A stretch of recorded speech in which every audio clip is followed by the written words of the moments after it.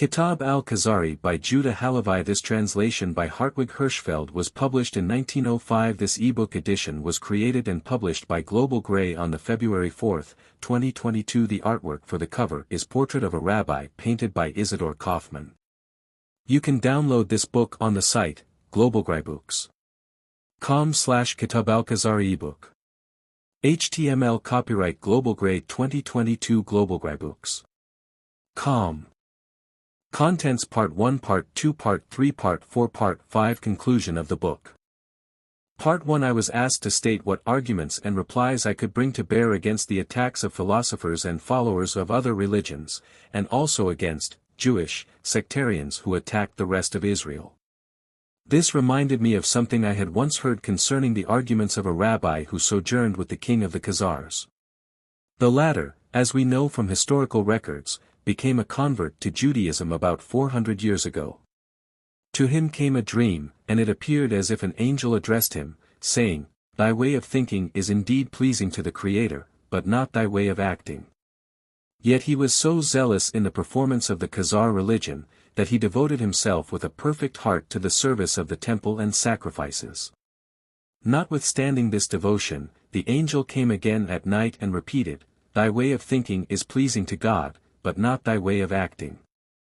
This caused him to ponder over the different beliefs and religions, and finally become a convert to Judaism together with many other Khazars. As I found among the arguments of the rabbi, many which appealed to me, and were in harmony with my own opinions, I resolved to write them down exactly as they had been spoken. 1. When the king of Khazar, as is related, dreamt that his way of thinking was agreeable to God, but not his way of acting, and was commanded in the same dream to seek the God-pleasing work, he inquired of a philosopher concerning his religious persuasion. 1. The philosopher replied, "There is no favor or dislike in the nature of God, because he is above desire and intention. A desire intimates a want in the person who feels it, and not till it is satisfied does he become, so to speak, complete. If it remains unfulfilled, he lacks completion. In a similar way he is, in the opinion of philosophers, above the knowledge of individuals, because the latter change with the times, whilst there is no change in God's knowledge. He, therefore, does not know thee, much less thy thoughts and actions, nor does he listen to thy prayers, or see thy movements. If philosophers say that he created thee, they only use a metaphor, because he is the cause of causes in the creation of all creatures, but not because this was his intention from the beginning. He never created man. For the world is without beginning, and there never arose a man otherwise than through one who came into existence before him, in whom were united forms, gifts, and characteristics inherited from father, mother, and other relations, besides the influences of climate, countries, foods and water, spheres, stars and constellations. Everything is reduced to a prime cause, not to a will proceeding from this, but an emanation from which emanated a second, a third, and fourth cause.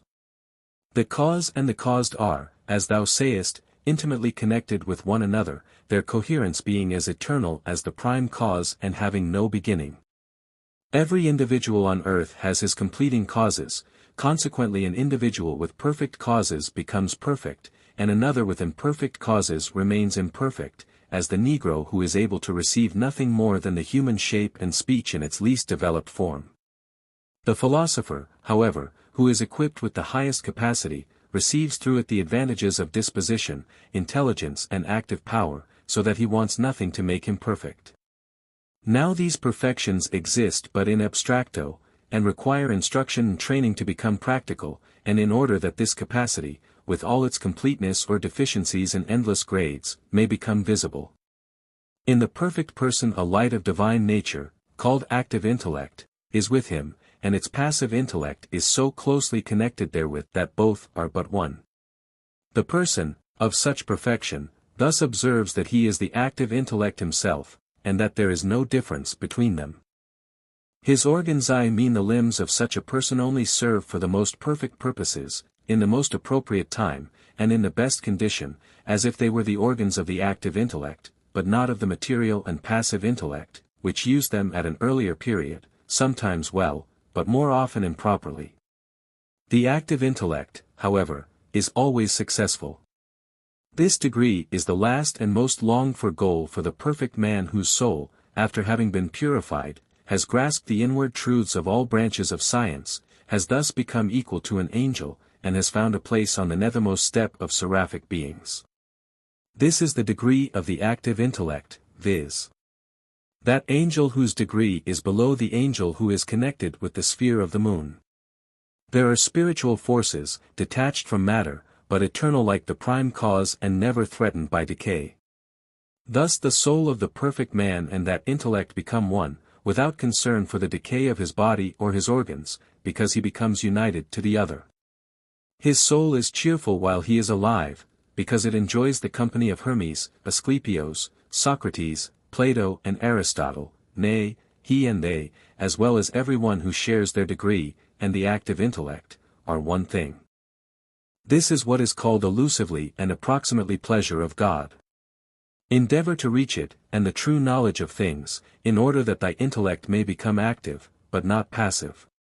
Keep just ways as regards character and actions, because this will help thee to effect truth, to gain instruction, and to become similar to this active intellect.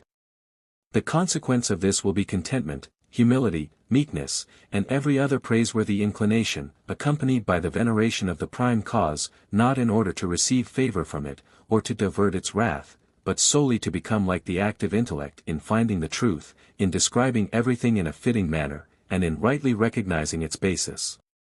These are the characteristics of the active intellect. If thou hast reached such disposition of belief, be not concerned about the forms of thy humility or religion or worship, or the word or language or actions thou employest. Thou mayest even choose a religion in the way of humility, worship, and benediction, for the management of thy temperament, thy house and the people of thy country, if they agree to it. Or fashion thy religion according to the laws of reason set up by philosophers, and strive after purity of soul. In fine, seek purity of heart in which way thou art able, provided thou hast acquired the sum total of knowledge in its real essence, then thou wilt reach thy goal, viz. The union with this spiritual, or rather active intellect. Maybe he will communicate with thee or teach thee the knowledge of what is hidden through true dreams and positive visions. 2. Said to him the Khazari, thy words are convincing, yet they do not correspond to what I wish to find. I know already that my soul is pure and that my actions are calculated to gain the favor of God. To all this I received the answer that this way of action does not find favor, though the intention does.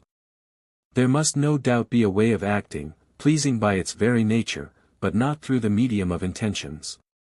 If this be not so, why, then, do Christian and Moslem, who divide the inhabited world between them, fight with one another, each of them serving his God with pure intention, living either as monks or hermits, fasting and praying? For all that they vie with each other in committing murders, believing that this is a most pious work and brings them nearer to God. They fight in the belief that paradise and eternal bliss will be their reward. It is, however, impossible to agree with both. 3. The philosopher replied, the philosopher's creed knows no manslaughter, as they only cultivate the intellect. 4. Al-Khazari, what could be more erroneous, in the opinion of the philosophers, than the belief that the world was created in 6 days, or that the prime cause spoke with mortals, not to mention the philosophic doctrine, which declares the former to be above knowing details. In addition to this one might expect the gift of prophecy quite common among philosophers, considering their deeds, their knowledge, their researches after truth, their exertions, and their close connection with all things spiritual, also that wonders, miracles, and extraordinary things would be reported of them. Yet we find that true visions are granted to persons who do not devote themselves to study or to the purification of their souls, whereas the opposite is the case with those who strive after these things. This proves that the divine influence as well as the souls have a secret which is not identical with what thou sayest, O philosopher. After this the Khazari said to himself, I will ask the Christians and Moslems, since one of these persuasions is, no doubt, the God-pleasing one. As regards the Jews, I am satisfied that they are of low station, few in number, and generally despised. He then invited a Christian scholastic, and put questions to him concerning the theory and practice of his faith. The scholastic replied, I believe that all things are created, whilst the Creator is eternal, that he created the whole world in 6 days, that all mankind sprang from Adam, and after him from Noah, to whom they trace themselves back, that God takes care of the created beings, and keeps in touch with man, that he shows wrath, pleasure, and compassion, that he speaks, appears, and reveals himself to his prophets and favored ones, that he dwells among those who please him. In short, I believe, in all that is written in the Torah and the records of the children of Israel, which are undisputed, because they are generally known as lasting, and have been revealed before a vast multitude. Subsequently the divine essence became embodied in an embryo in the womb of a virgin taken from the noblest ranks of Israelitish women. She bore him with the semblance of a human being, but covering a divinity, seemingly a prophet, but in reality a God sent forth. He is the Messiah, whom we call the Son of God, and he is the Father, and the Son and the Holy Spirit. We condense his nature into one thing, although the Trinity appears on our tongues.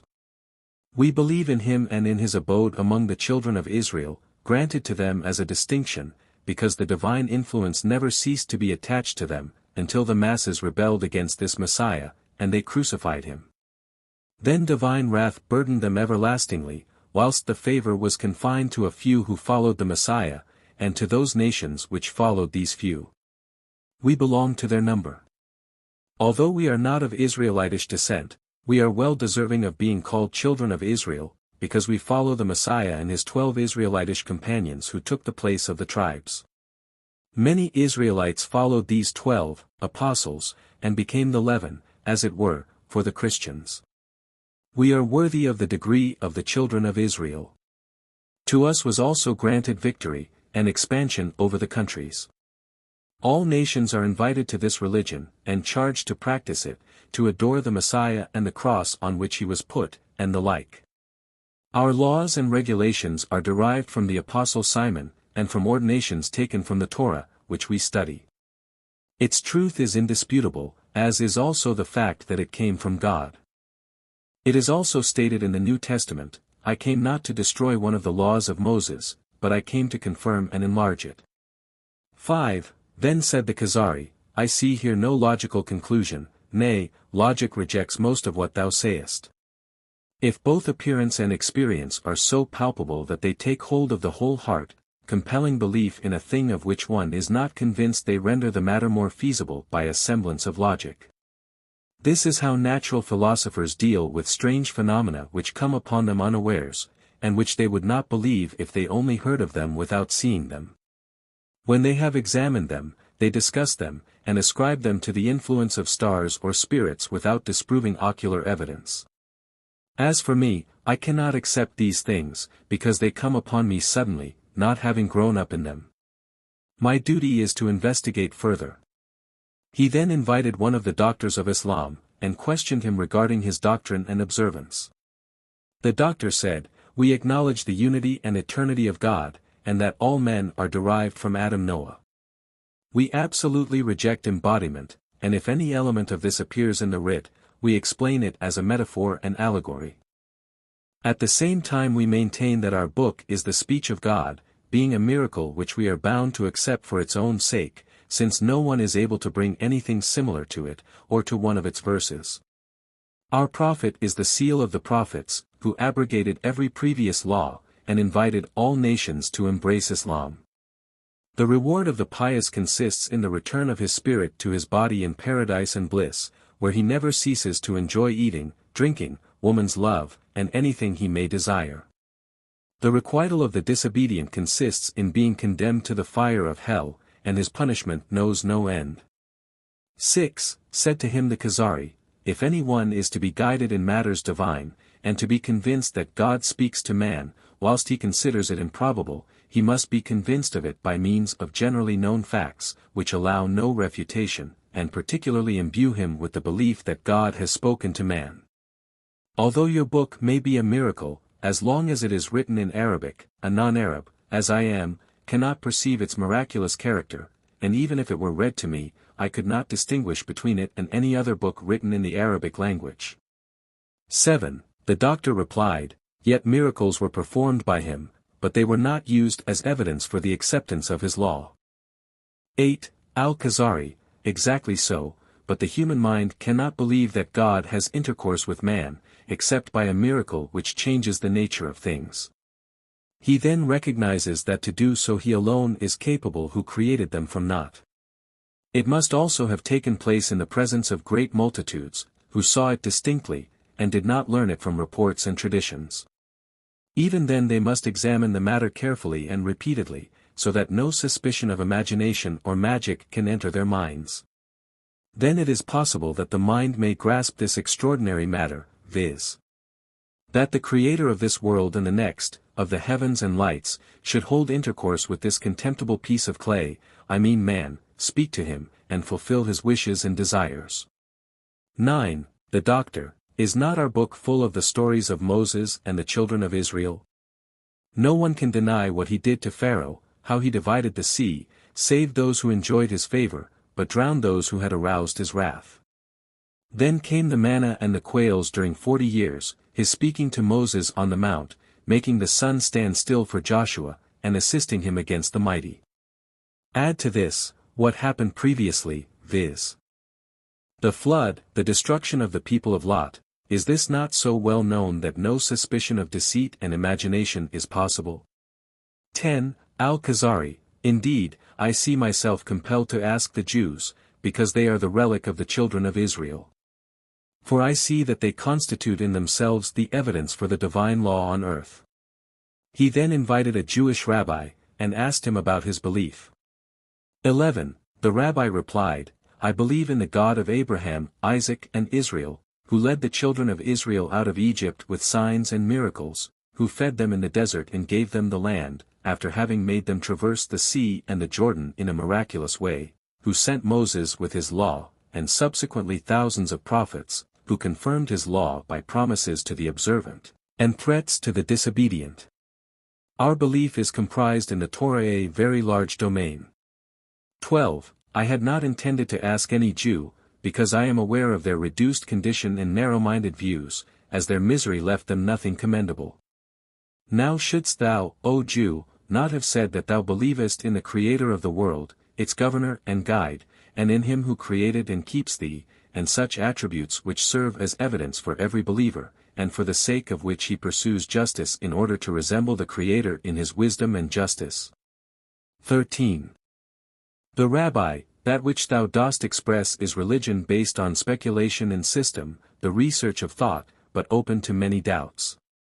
Now ask the philosophers, and thou wilt find that they do not agree on one action or one principle, since some doctrines can be established by arguments, which are only partially satisfactory, and still much less capable of being proved. 14. Al-Khazari, that which thou sayest now, O Jew, seems to be more to the point than the beginning, and I should like to hear more. 15. The Rabbi, surely the beginning of my speech was just the proof, and so evident that it requires no other argument. 16. Al-Khazari, how so? 17. The Rabbi, allow me to make a few preliminary remarks, for I see thee disregarding and depreciating my words. 18. Al-Khazari, let me hear thy remarks.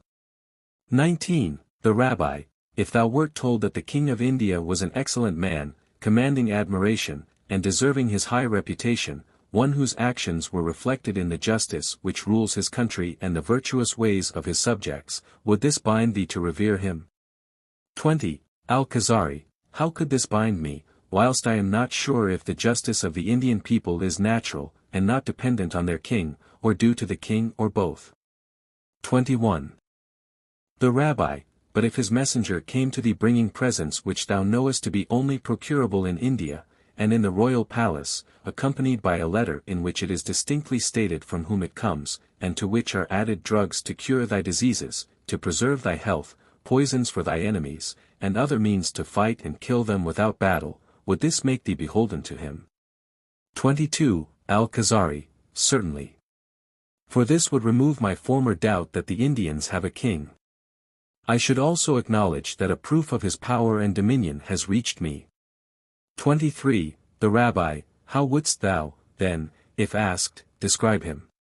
24. Al-Khazari, in terms about which I am quite clear, and to these I could add others which were at first rather doubtful, but are no longer so.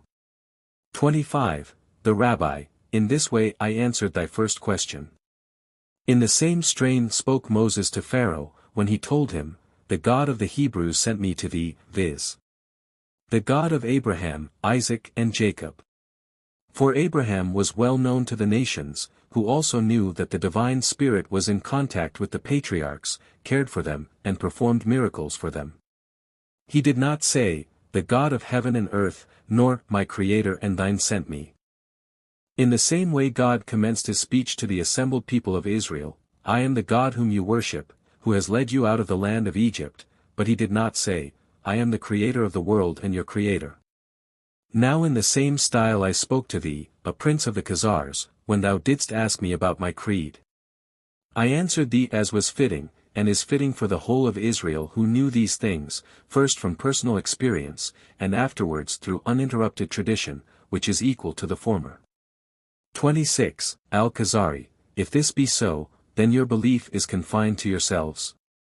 27. The Rabbi, yes, but any Gentile who joins us unconditionally shares our good fortune, without, however, being quite equal to us. If the law were binding on us only because God created us, the white and the black man would be equal, since he created them all. But the law was given to us because he led us out of Egypt, and remained attached to us, because we are the pick of mankind. 28. Al-Khazari, Jew, I see thee quite altered, and thy words are poor after having been so pleasant. 29. The Rabbi, poor or pleasant, give me thy attention, and let me express myself more fully. 30. Al-Khazari, say what thou wilt. 31. The Rabbi, the laws of nature comprise nurture, growth, and propagation, with their powers and all conditions attached thereto. This is particularly the case with plants and animals, to the exclusion of earth, stones, metals, and elements. 32. Al-Khazari, this is a maxim which requires explanation, though it be true. 33. The Rabbi, as regards the soul, it is given to all animated beings. The result is movement, will power, external as well as internal senses and such like. 34. Al-Khazari, this, too, cannot be contradicted. 35. The Rabbi, intellect is man's birthright above all living beings. This leads to the development of his faculties, his home, his country, from which arise administrative and regulative laws. 36. Al-Khazari, this is also true. 37. The Rabbi, which is the next highest degree. 38. Al-Khazari, the degree of great sages. 39. The Rabbi, I only mean that degree which separates those who occupy it from the physical point of view, as the plant is separated from inorganic things, or man from animals. The differences as to quantity, however, are endless, as they are only accidental, and do not really form a degree. 40. Al-Khazari, if this be so, then there is no degree above man among tangible things.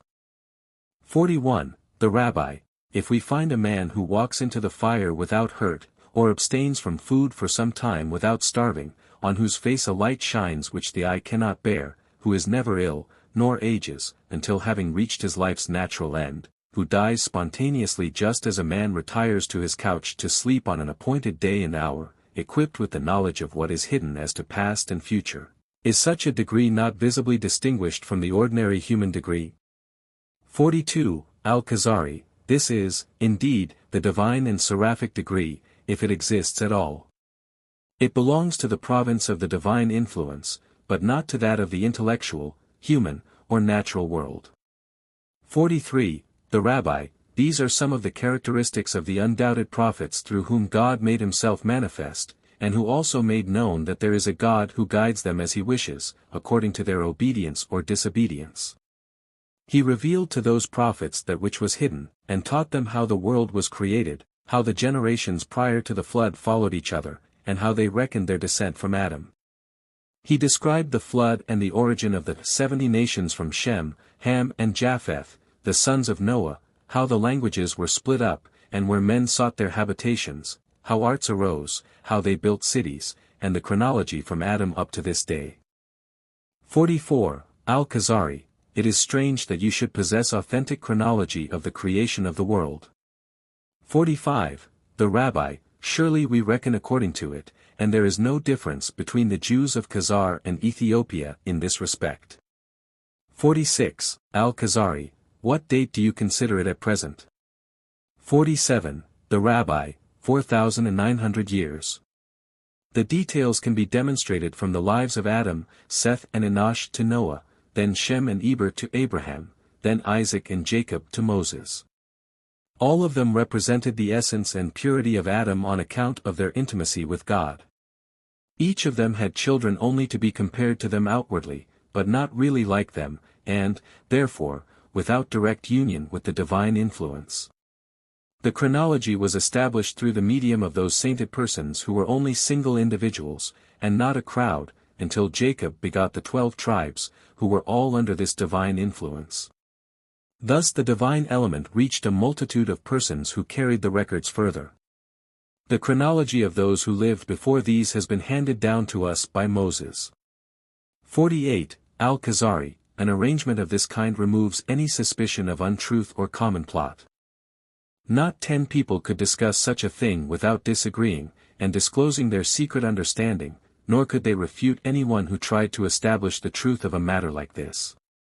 How is it possible where such a mass of people is concerned?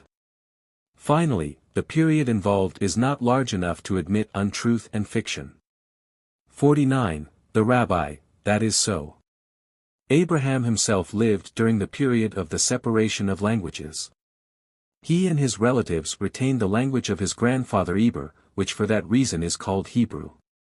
400 years after him appeared Moses at a time when the world was rich in information concerning the heavens and earth. He approached Pharaoh and the doctors of Egypt, as well as those of the Israelites. Whilst agreeing with him they questioned him, and completely refused to believe that God spoke with man, until he caused them to hear the 10 words. In the same way the people were on his side, not from ignorance, but on account of the knowledge they possessed. They feared magic and astrological arts, and similar snares, things which, like deceit, do not bear close examination, whereas the divine might is like pure gold, ever increasing in brilliancy. How could one imagine that an attempt had been made to show that a language spoken 500 years previously was none but Eber's own language split up in Babel during the days of Peleg, also to trace the origin of this or that nation back to Shem or Ham, and the same with their countries? Is it likely that anyone could today invent false statements concerning the origin, history, and languages of well-known nations, the latter being less than 500 years old? 50. Al Khazari, this is not possible. How could it be, since we possess books in the handwriting of their authors written 500 years ago? No false interpolation could enter the contents of a book which is not above 500 years of age, such as genealogical tables, linguistic and other works. 51. The Rabbi, now why should Moses' speeches remain uncontradicted? Did not his own people raise objections, not to speak of others? 52. Al Khazari, these things are handed down well-founded and firmly established. 53. The Rabbi, dost thou think that the languages are eternal and without beginning? 54. Al Khazari, no, they undoubtedly had a beginning, which originated in a conventional manner. Evidence of this is found in their composition of nouns, verbs, and particles. They originated from sounds derived from the organs of speech. 55. The Rabbi, didst thou ever see anyone who contrived a language, or didst thou hear of him? 56. Al Khazari, neither the one nor the other. There is no doubt that it appeared at some time, but prior to this there was no language concerning which one nation, to the exclusion of another, could come to any agreement. 57. The Rabbi, didst thou ever hear of a nation which possessed different traditions with regard to the generally acknowledged week which begins with the Sunday and ends with the Sabbath? How is it possible that the people of China could agree with those of the Western Islands without common beginning, agreement and convention? 58. Al Khazari, such a thing would only have been possible if they had all come to an agreement. This, however, is improbable, unless all men are the descendants of Adam, of Noah, or of some other ancestor from whom they received the hebdomadal calculation. 59. The Rabbi, that is what I meant. East and West agree on the decimal system. What instinct induced them to keep to the number 10, unless it was a tradition handed down by the first one who did so? 60. Al Khazari, does it not weaken thy belief if thou art told that the Indians have antiquities and buildings which they consider to be millions of years old? 61. The Rabbi, it would, indeed, weaken my belief had they a fixed form of religion, or a book concerning which a multitude of people held the same opinion, and in which no historical discrepancy could be found. Such a book, however, does not exist. Apart from this, they are a dissolute, unreliable people, and arouse the indignation of the followers of religions through their talk, whilst they anger them with their idols, talismans, and witchcraft. To such things they pin their faith, and deride those who boast of the possession of a divine book.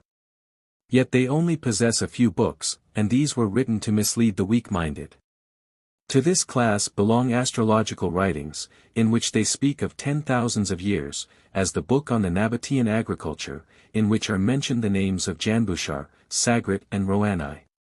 It is believed that they lived before Adam, who was the disciple of Janbushar, and such like.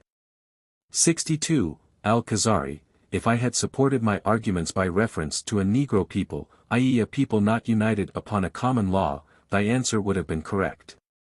Now what is thy opinion of the philosophers who, as the result of their careful researches, agree that the world is without beginning, and here it does not concern tens of thousands, and not millions, but unlimited numbers of years? 63. The Rabbi, there is an excuse for the philosophers. Being Grecians, science and religion did not come to them as inheritances. They belong to the descendants of Japheth, who inhabited the north, whilst that knowledge coming from Adam, and supported by the divine influence, is only to be found among the progeny of Shem, who represented the successors of Noah and constituted, as it were, his essence. This knowledge has always been connected with this essence, and will always remain so. The Greeks only received it when they became powerful, from Persia. The Persians had it from the Chaldeans. It was only then that the famous, Greek, philosophers arose, but as soon as Rome assumed political leadership they produced no philosopher worthy the name. 64. Al Khazari, does this mean that Aristotle's philosophy is not deserving of credence? 65. The Rabbi, certainly. He exerted his mind, because he had no tradition from any reliable source at his disposal. He meditated on the beginning and end of the world, but found as much difficulty in the theory of a beginning as in that of eternity. Finally, these abstract speculations which made for eternity, prevailed, and he found no reason to inquire into the chronology or derivation of those who lived before him. Had he lived among a people with well-authenticated and generally acknowledged traditions, he would have applied his deductions and arguments to establish the theory of creation, however difficult, instead of eternity, which is even much more difficult to accept. 66. Al Khazari, is there any decisive proof? 67. The Rabbi, where could we find one for such a question? Heaven forbid that there should be anything in the Bible to contradict that which is manifest or proved. On the other hand, it tells of miracles and the changes of ordinary, things newly arising, or changing one into the other. This proves that the Creator of the world is able to accomplish what he will, and whenever he will. The question of eternity in creation is obscure, whilst the arguments are evenly balanced. The theory of creation derives greater weight from the prophetic tradition of Adam, Noah, and Moses, which is more deserving of credence than mere speculation. If, after all, a believer in the law finds himself compelled to admit an eternal matter and the existence of many worlds prior to this one, this would not impair his belief that this world was created at a certain epoch, and that Adam and Noah were the first human beings. 68. Al Khazari, thus far I find these arguments quite satisfactory. Should we continue our conversation, I will trouble thee to adduce more decisive proofs. Now take up the thread of thy earlier exposition, how the great conviction settled in thy soul, that the Creator of body and spirit, soul, intellect and angels he who is too high, holy and exalted for the mind, still less for the senses to grasp that he holds intercourse with creatures made of low and contemptible material, wonderful as this may seem. For the smallest worm shows the wonders of his wisdom in a manner beyond the human mind. 69. The Rabbi, thou hast forestalled much of my intended answer to thee. Dost thou ascribe the wisdom apparent in the creation of an ant, for example, to a sphere or star, or to any other object, to the exclusion of the Almighty Creator, who weighs and gives everything its due, giving neither too much, nor too little? 70. Al Khazari, this is ascribed to the action of nature. 71. The Rabbi, what is nature? 72. Al Khazari, as far as philosophy teaches, it is a certain power, only we do not know what it really is. No doubt philosophers know. 73. The Rabbi, they know as much as we do. Aristotle 13 defined it as the beginning and primary cause through which a thing either moves or rests, not by accidents, but on account of its innate essence. 74. Al Khazari, this would mean that the thing which moves or rests on its own account has a cause through which it moves or rests. This cause is nature. 75. The Rabbi, this opinion is the result of diligent research, criticism, and discrimination between accidental and natural occurrences. These things astonish those who hear them, but nothing else springs from the knowledge of nature. 76. Al Khazari, all I can see is, that they have misled us by these names, and caused us to place another being on a par with God, if we say that nature is wise and active. Speaking in their sense, we might even say, possessed of intelligence. 77. The Rabbi, certainly, but the elements, moon, sun and stars have powers such as warming, cooling, moistening, drying, etc., but do not merit that wisdom should be ascribed to them, or be reckoned more than a function. Forming, measuring, producing, however, and all that shows an intention, can only be ascribed to the All-Wise and Almighty. There is no harm in calling the power which arranges matter by means of heat and cooling, nature, but all intelligence must be denied it. So must the faculty of creating the embryo be denied to human beings, because they only aid matter in receiving human form from its wise Creator.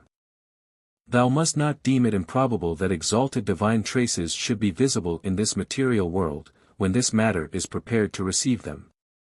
Here are to be found the roots of faith as well as of unbelief. 78. Al Khazari, how is this possible? 79. The Rabbi, these conditions which render man fit to receive this divine influence do not lie within him. It is impossible for him to gauge their quantity or quality, and even if their essence were known, yet neither their time, place, and connection, nor suitability could be discovered. For this, inspired and detailed instruction is necessary. He who has been thus inspired, and obeys the teaching in every respect with a pure mind, is a believer. Whosoever strives by speculation and deduction to prepare the conditions for the reception of this inspiration, or by divining, as is found in the writings of astrologers, trying to call down supernatural beings, or manufacturing talismans, such a man is an unbeliever. He may bring offerings and burn incense in the name of speculation and conjecture, whilst he is in reality ignorant of that which he should do, how much, in which way, by what means, in which place, by whom, in which manner, and many other details, the enumeration of which would lead too far. He is like an ignoramus who enters the surgery of a physician famous for the curative power of his medicines. The physician is not at home, but people come for medicines. The fool dispenses them out of the jars, knowing nothing of the contents, nor how much should be given to each person. Thus he kills with the very medicine which should have cured them. Should he by chance have effected a cure with one of the drugs, the people will turn to him and say that he helped them, till they discover that he deceived them, or they seek other advice, and cling to this without noticing that the real cure was effected by the skill of the learned physician who prepared the medicines and explained the proper manner in which they were to be administered. He also taught the patients what food and drink, exercise and rest, etc., was necessary, likewise what air was the best, and which place of repose like unto the patients duped by the ignoramus, so were men, with few exceptions, before the time of Moses. They were deceived by astrological and physical rules, wandered from law to law, from God to God, or adopted a plurality at the same time. They forgot their guide and master, and regarded their false gods as helping causes, whilst they are in reality damaging causes, according to their construction and arrangement. Profitable on its own account is the divine influence, hurtful on its own account the absence thereof. 80. Al Khazari, let us now return to our subject, and explain to me how your belief grew, how it spread and became general, how opinions became united after having differed, and how long it took for the faith to lay its foundation, and to be built up into a strong and complete structure. The first element of religion appeared, no doubt, among single individuals, who supported one another in upholding the faith which it pleased God should be promulgated. Their number increases continually, they grow more powerful, or a king arises and assists them, also compels his subjects to adopt the same creed. 81. The Rabbi, in this way only rational religions, of human origin, can arise. When a man succeeds and attains an exalted position, it is said that he is supported by God, who inspired him, etc. A religion of divine origin arises suddenly. It is bidden to arise, and it is there, like the creation of the world. 82. Al Khazari, thou surprisest me, O Rabbi. 83. The Rabbi, it is, indeed, astonishing. The Israelites lived in Egypt as slaves, 600,000 men above the age of 20, descendants of the 12 tribes. Not one of them had separated or emigrated into another country, nor was a stranger among them. They looked forward to the promise given to their ancestors, Abraham, Isaac, and Jacob, that the land of Palestine should be their inheritance. At that time it was in the power of 7 mighty and prosperous nations, whilst the Israelites sighed in the depths of misery under the bondage of Pharaoh, who caused their children to be put to death, lest they should increase in number. Notwithstanding their lowly position as compared to the tyrant in his might, God sent Moses and Aaron before Pharaoh with signs and miracles, allowing them even to change the course of nature.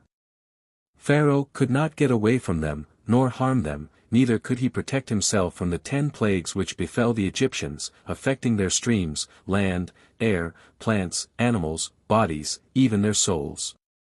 For in one moment, at midnight, died the most precious and most beloved members of their houses, viz. Every firstborn male. There was no dwelling without dead, except the houses of the Israelites. All these plagues were preceded by warnings and menaces, and their cessation was notified in the same way, so that every one should become convinced that they were ordained by God, who does what he will and when he will, and were not ordinary natural phenomena, nor wrought by constellations or accident. The Israelites left the country of Pharaoh's bondage, by the command of God, the same night and at the same moment, when the firstborn died, and reached the shores of the Red Sea.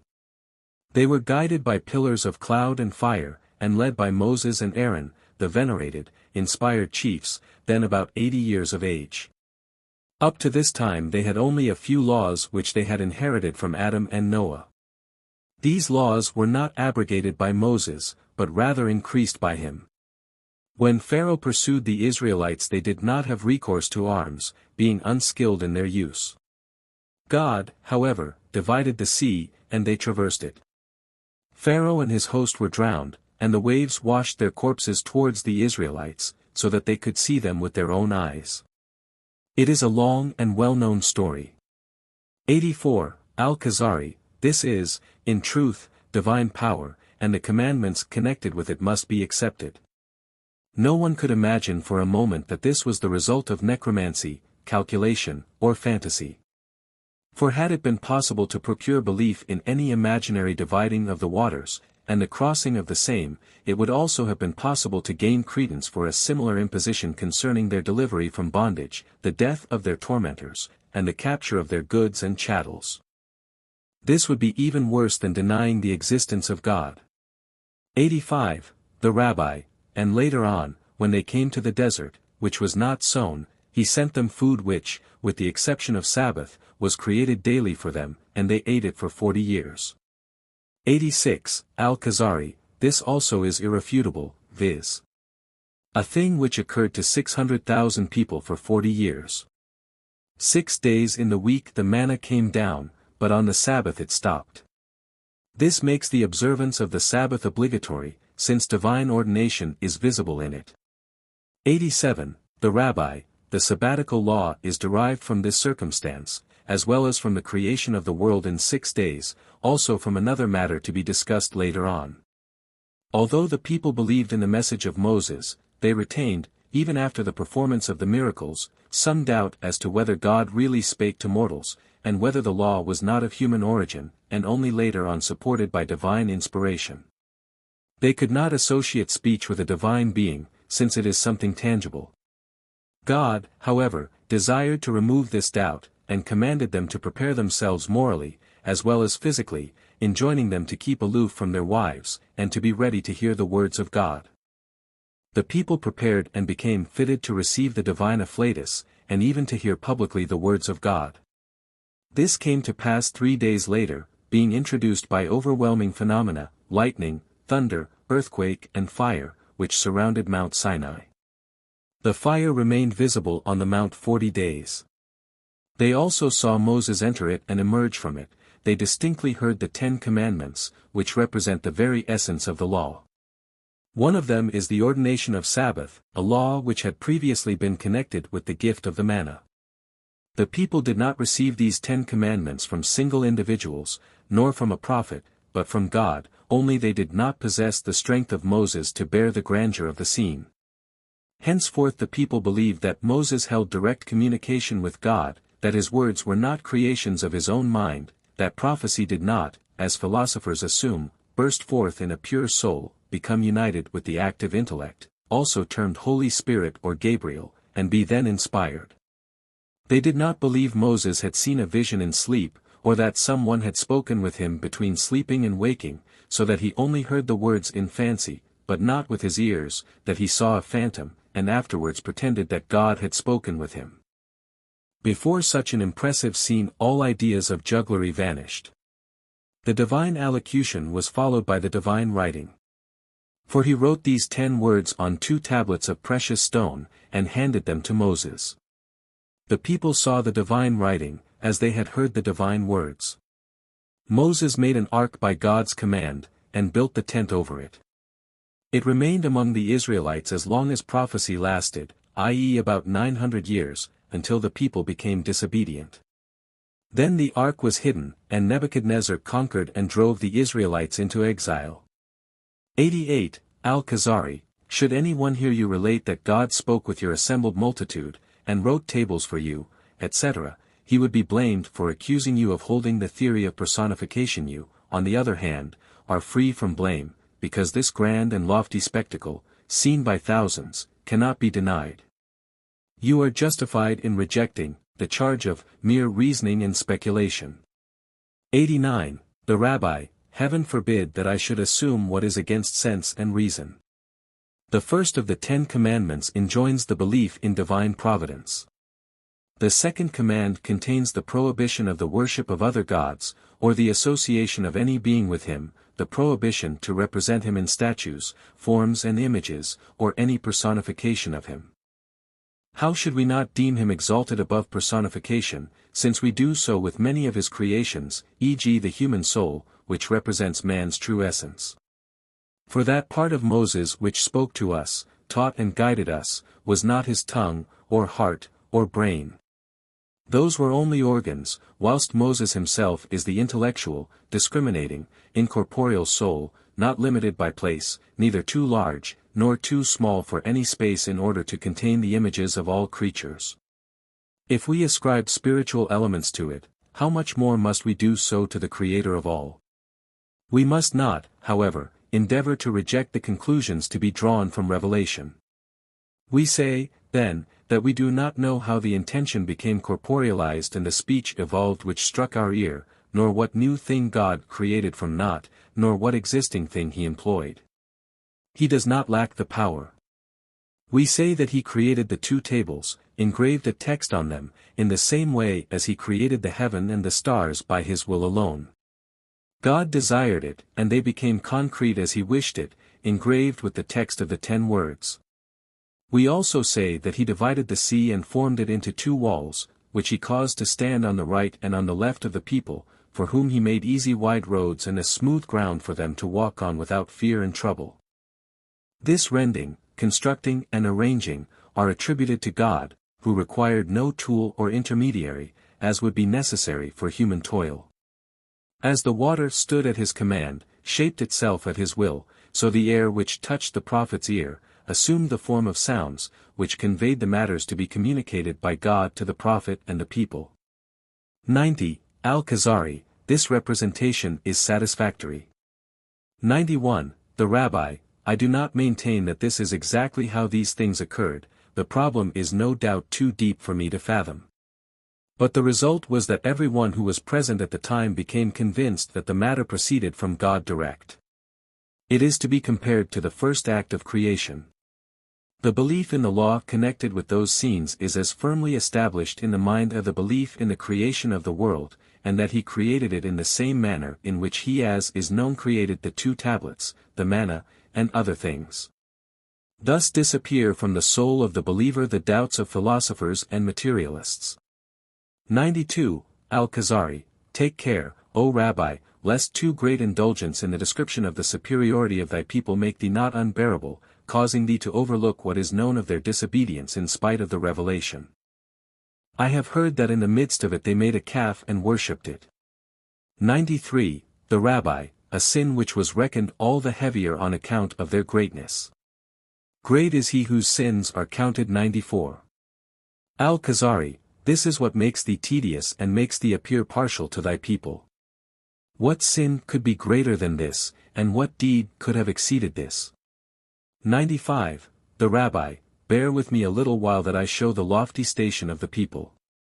For me it is sufficient that God chose them as his people from all nations of the world, and allowed his influence to rest on all of them, and that they nearly approached being addressed by him.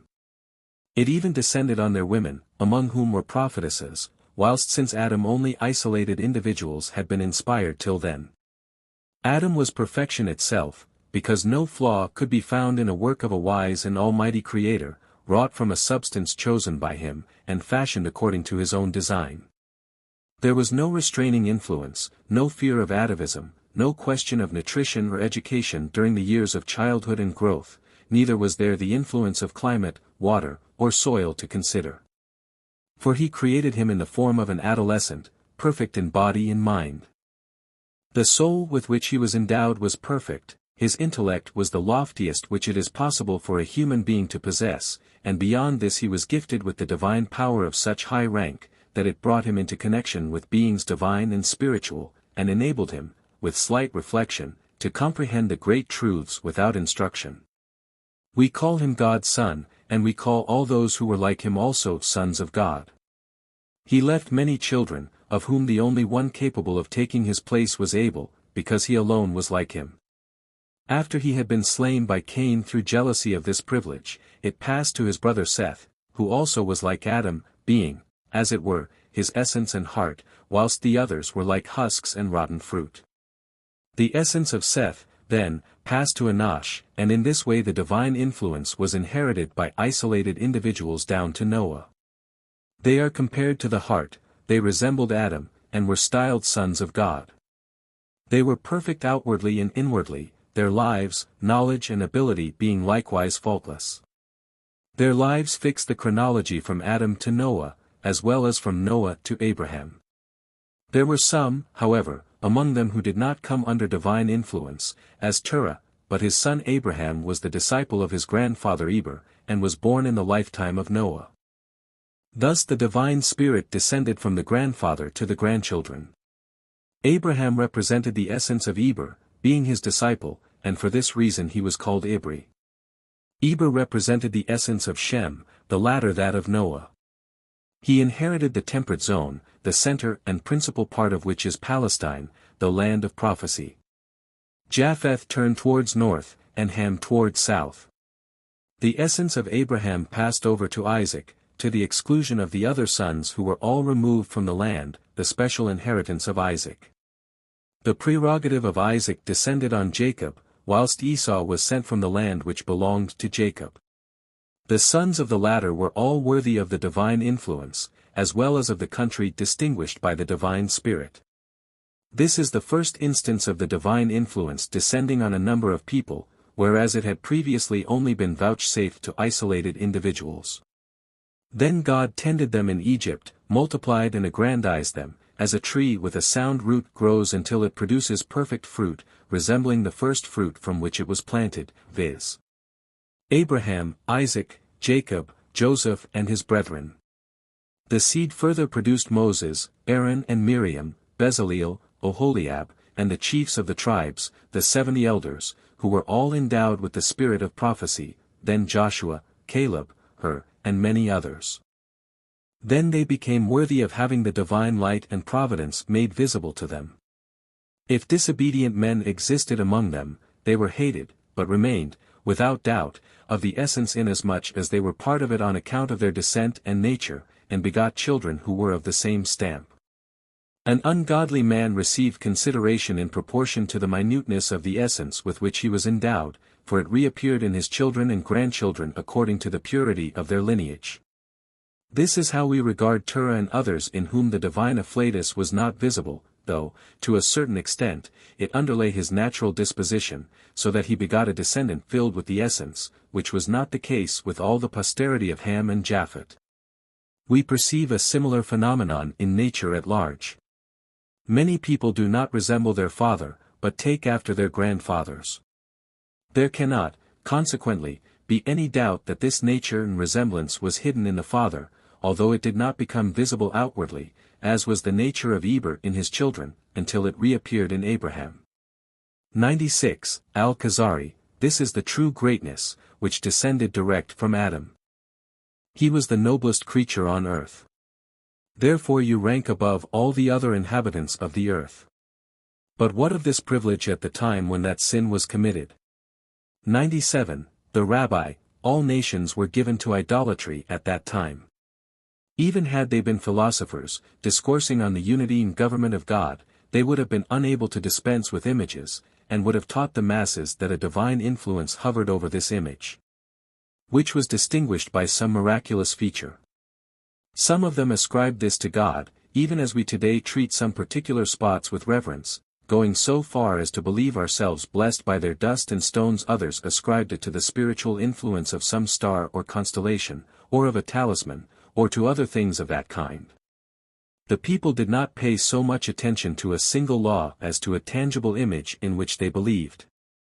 The Israelites had been promised that something visible would descend on them from God which they could follow, as they followed the pillars of cloud and fire when they departed from Egypt. This they pointed out, and turned to it, praising it, and worshipping God in its presence. Thus they also turned towards the cloud which hovered over Moses while God spake with him. They remained standing and adoring God opposite to it. Now when the people had heard the proclamation of the 10 Commandments, and Moses had ascended the mount in order to receive the inscribed tables which he was to bring down to them, and then make an ark which was to be the point towards which they should direct their gaze during their devotions, too they waited for his return clad in the same apparel in which they had witnessed the drama on Sinai, without removing their jewels or changing their clothes, remaining just as he left them, expecting every moment to see him return. He, however, tarried 40 days, although he had not provided himself with food, having only left them with the intention of returning the same day. An evil spirit overpowered a portion of the people, and they began to divide into parties and factions. Many views and opinions were expressed, till at last some decided to do like the other nations, and seek an object in which they could have faith, without, however, prejudicing the supremacy of him who had brought them out of Egypt. On the contrary, this was to be something to which they could point when relating the wonders of God, as the Philistines did with the ark when they said that God dwelt within it. We do the same with the sky and every other object concerning which we know that it is set in motion by the divine will exclusively, and not by any accident or desire of man or nature. Their sin consisted in the manufacture of an image of a forbidden thing, and in attributing divine power to a creation of their own, something chosen by themselves without the guidance of God. Some excuse may be found for them in the dissension which had broken out among them, and in the fact that out of 600,000 souls the number of those who worshipped the calf was below 3,000. For those of higher station who assisted in making it an excuse might be found in the fact that they wished to clearly separate the disobedient from the pious, in order to slay those who would worship the calf. On the other hand, they sinned in causing what was only a sin of intention to become a sin indeed. This sin was not on a par with an entire lapse from all obedience to him who had led them out of Egypt, as only one of his commands was violated by them. God had forbidden images, and in spite of this they made one. They should have waited and not have assumed power, have arranged a place of worship, an altar, and sacrifices. This had been done by the advice of the astrologers and magicians among them, who were of opinion that their actions based on their ideas would be more correct than the true ones. They resembled the fool of whom we spoke, who entered the surgery of a physician and dealt out death instead of healing to those who came there. At the same time the people did not intend to give up their allegiance to God. On the contrary, they were, in theory, more zealous in their devotion.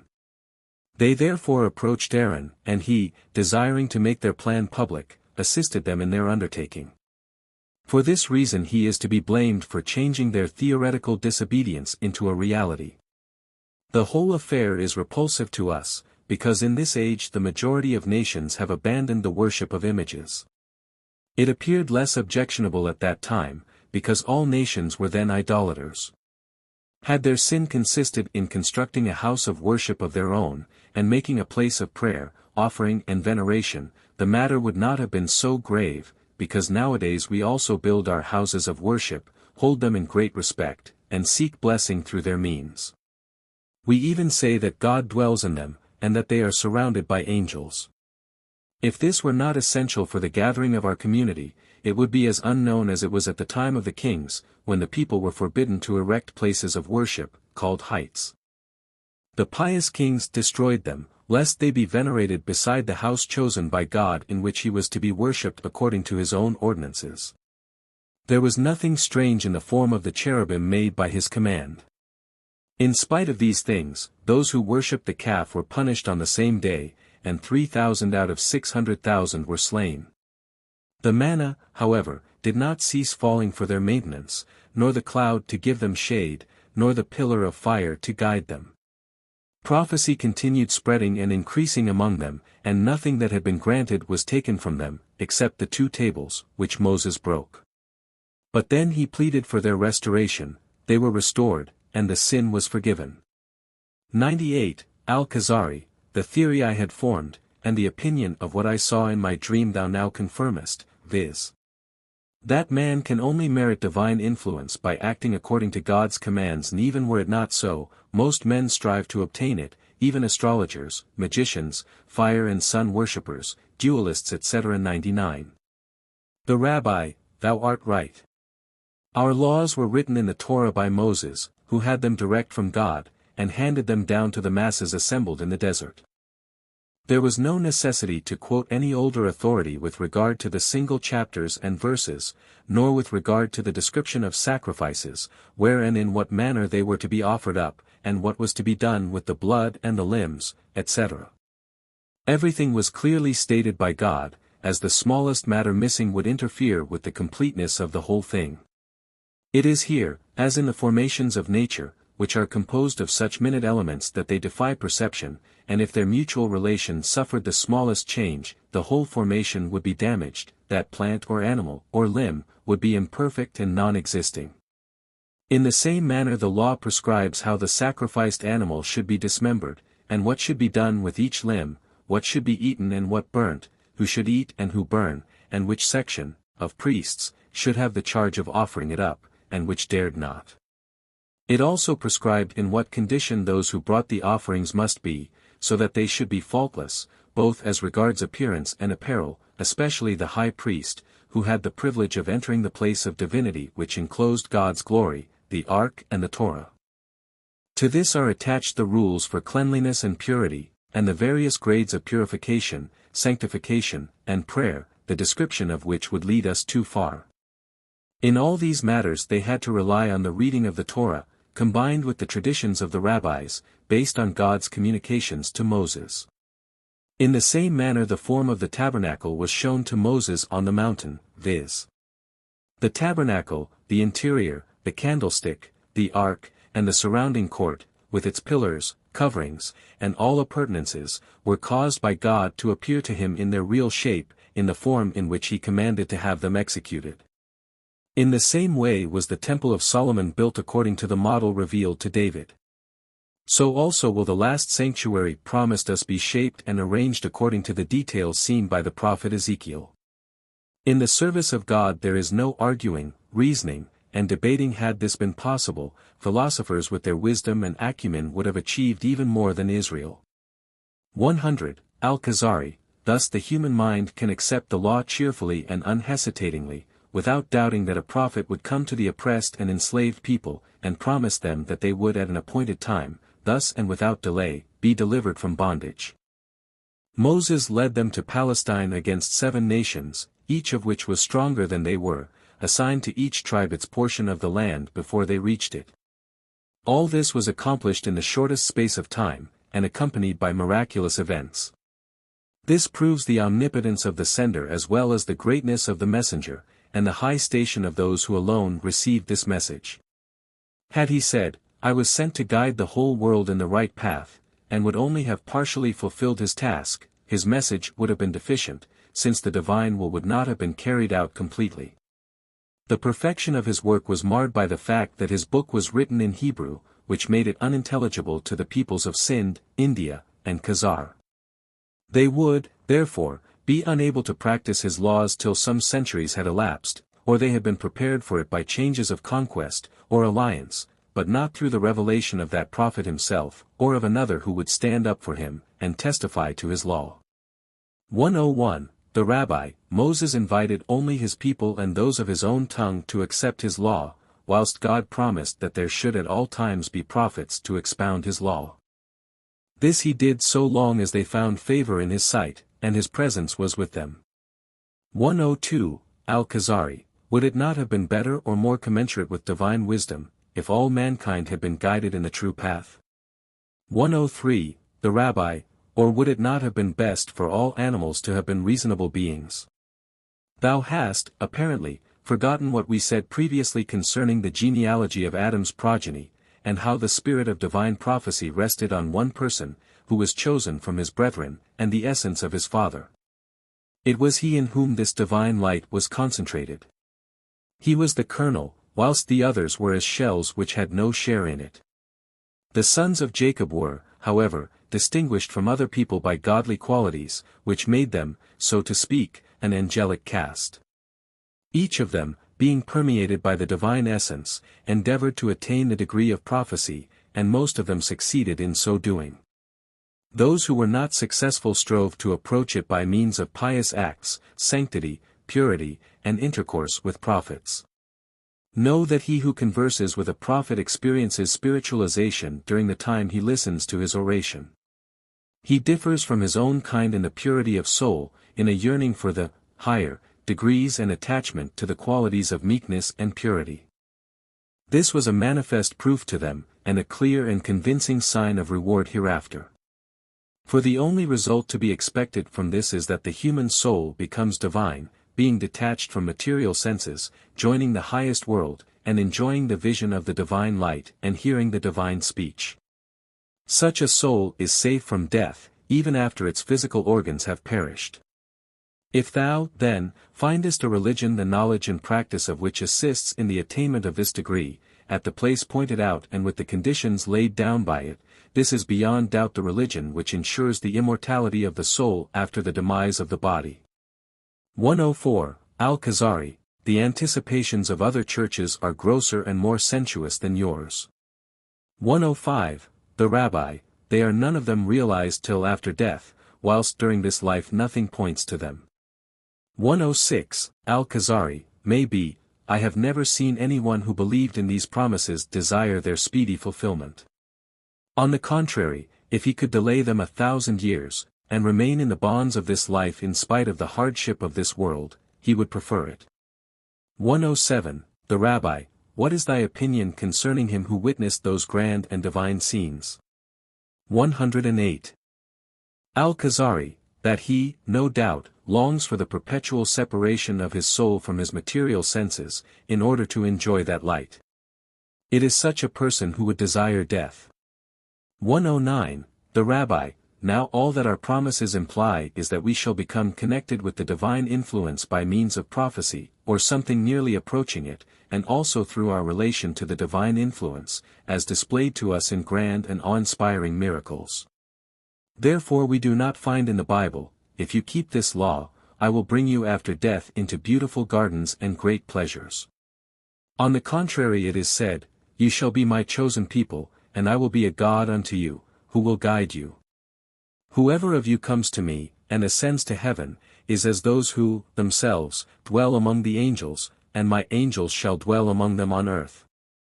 You shall see them singly or in hosts, watching you and fighting for you without your joining in the fight. You shall remain in the country which forms a stepping stone to this degree, viz. the Holy Land. Its fertility or barrenness, its happiness or misfortune, depend upon the divine influence which your conduct will merit, whilst the rest of the world would continue its natural course. For if the divine presence is among you, you will perceive by the fertility of your country, by the regularity with which your rainfalls appear in their due seasons, by your victories over your enemies in spite of your inferior numbers, that your affairs are not managed by simple laws of nature, but by the divine will. You also see that drought, death, and wild beasts pursue you as a result of disobedience, although the whole world lives in peace. This shows you that your concerns are arranged by a higher power than mere nature.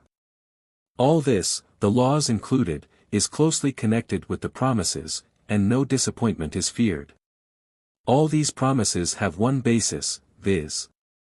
the anticipation of being near God and his hosts. He who attains this degree need not fear death, as is clearly demonstrated in our law. The following parable will illustrate this. One of a company of friends who sought solicitude in a remote spot, once journeyed to India, and had honor and rank bestowed on him by her king, who knew that he was one of these friends, and who had also known their fathers, former comrades of his own. The king loaded him with presents for his friends, gave him costly raiment for himself, and then dismissed him, sending members of his own retinue to accompany him on his return journey. No one knew that they belonged to the court, nor that they traveled into the desert. He had received commissions and treaties, and in return he had to swear fealty to the king. Then he and his Indian escort returned to his companions, and received a hearty welcome from them. They took pains to accommodate them and to show them honor. They also built a castle and allowed them to dwell in it.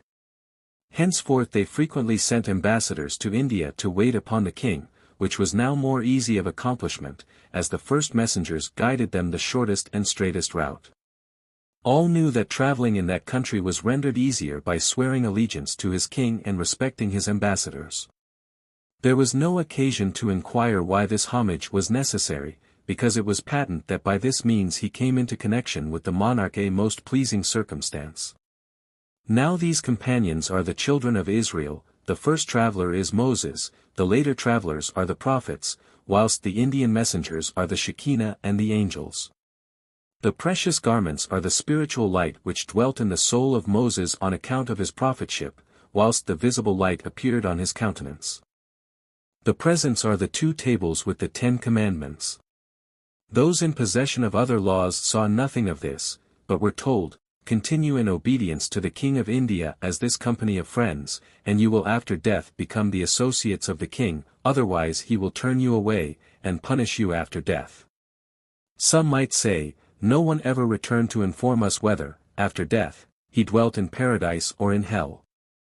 The majority were satisfied with the arrangement, which coincided with their views. They obeyed willingly, and allowed themselves to entertain a faint hope, which to all appearance was a very strong one, as they commenced to be proud and to behave haughtily towards other people. But how can they boast of expectations after death to those who enjoy the fulfillment already in life? Is not the nature of the prophets and godly men nearer to immortality than the nature of him who never reached that degree?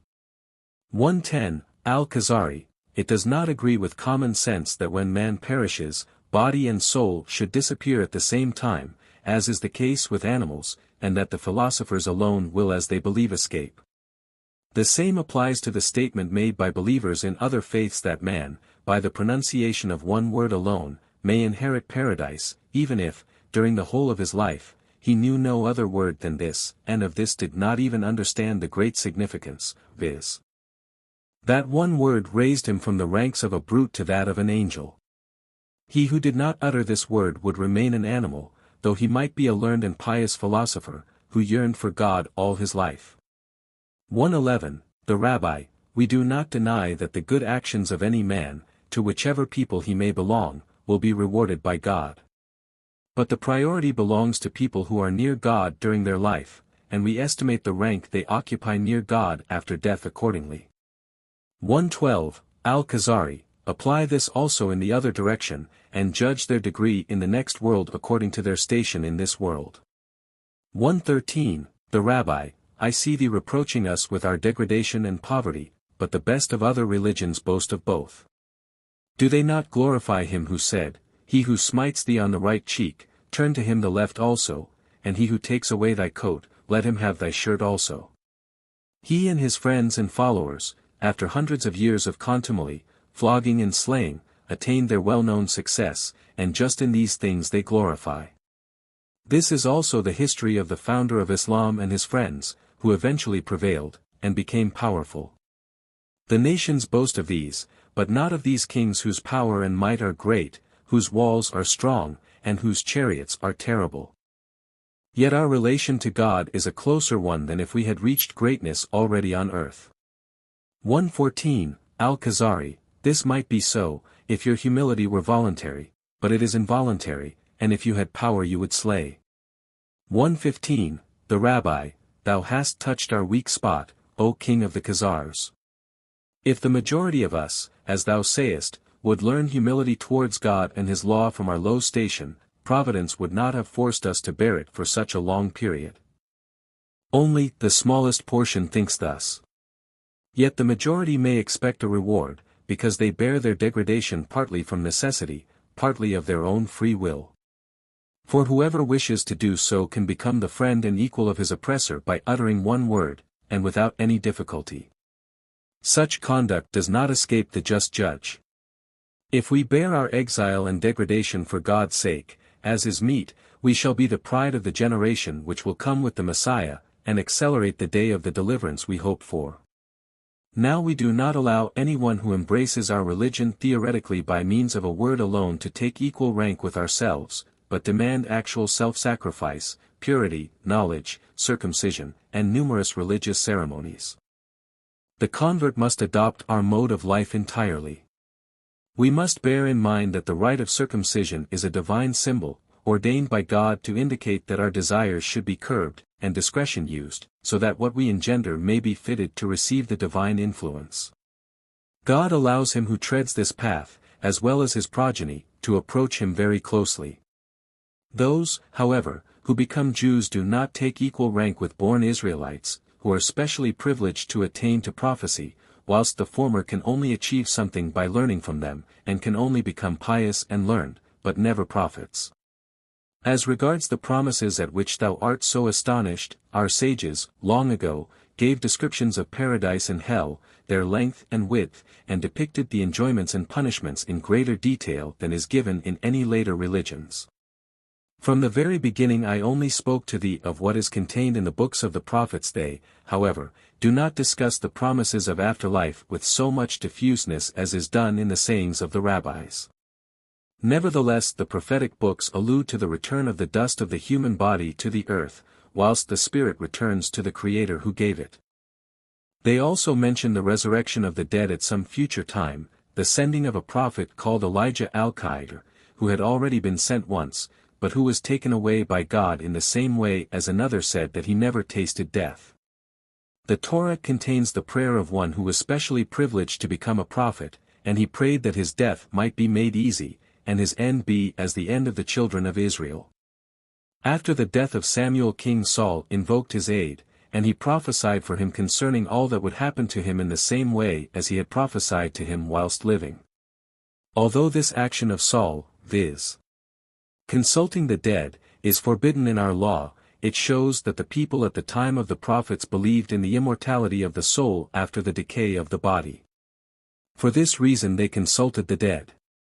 All educated people, including women, know by heart the opening prayer of our morning liturgy, which runs as follows: O Lord, the Spirit which Thou hast breathed into me is hallowed, Thou hast created it, Thou guardest it, and Thou wilt after a time take it from me, but wilt restore it to me in the other world. As long as it is within me, I praise Thee, and am grateful to Thee, O Lord of the universe. Praise be to Thee who restoreth the spirit unto the dead. The notion of paradise itself, of which people often speak, is derived from the Torah, being the exalted abode which was intended for Adam. Had he not been disobedient, he would have remained in it forever. Similarly, Gehinnom was nothing but a well-known place near the holy house, a trench in which the fire was never extinguished, because unclean bones, carrion and other impurities used to be burned there.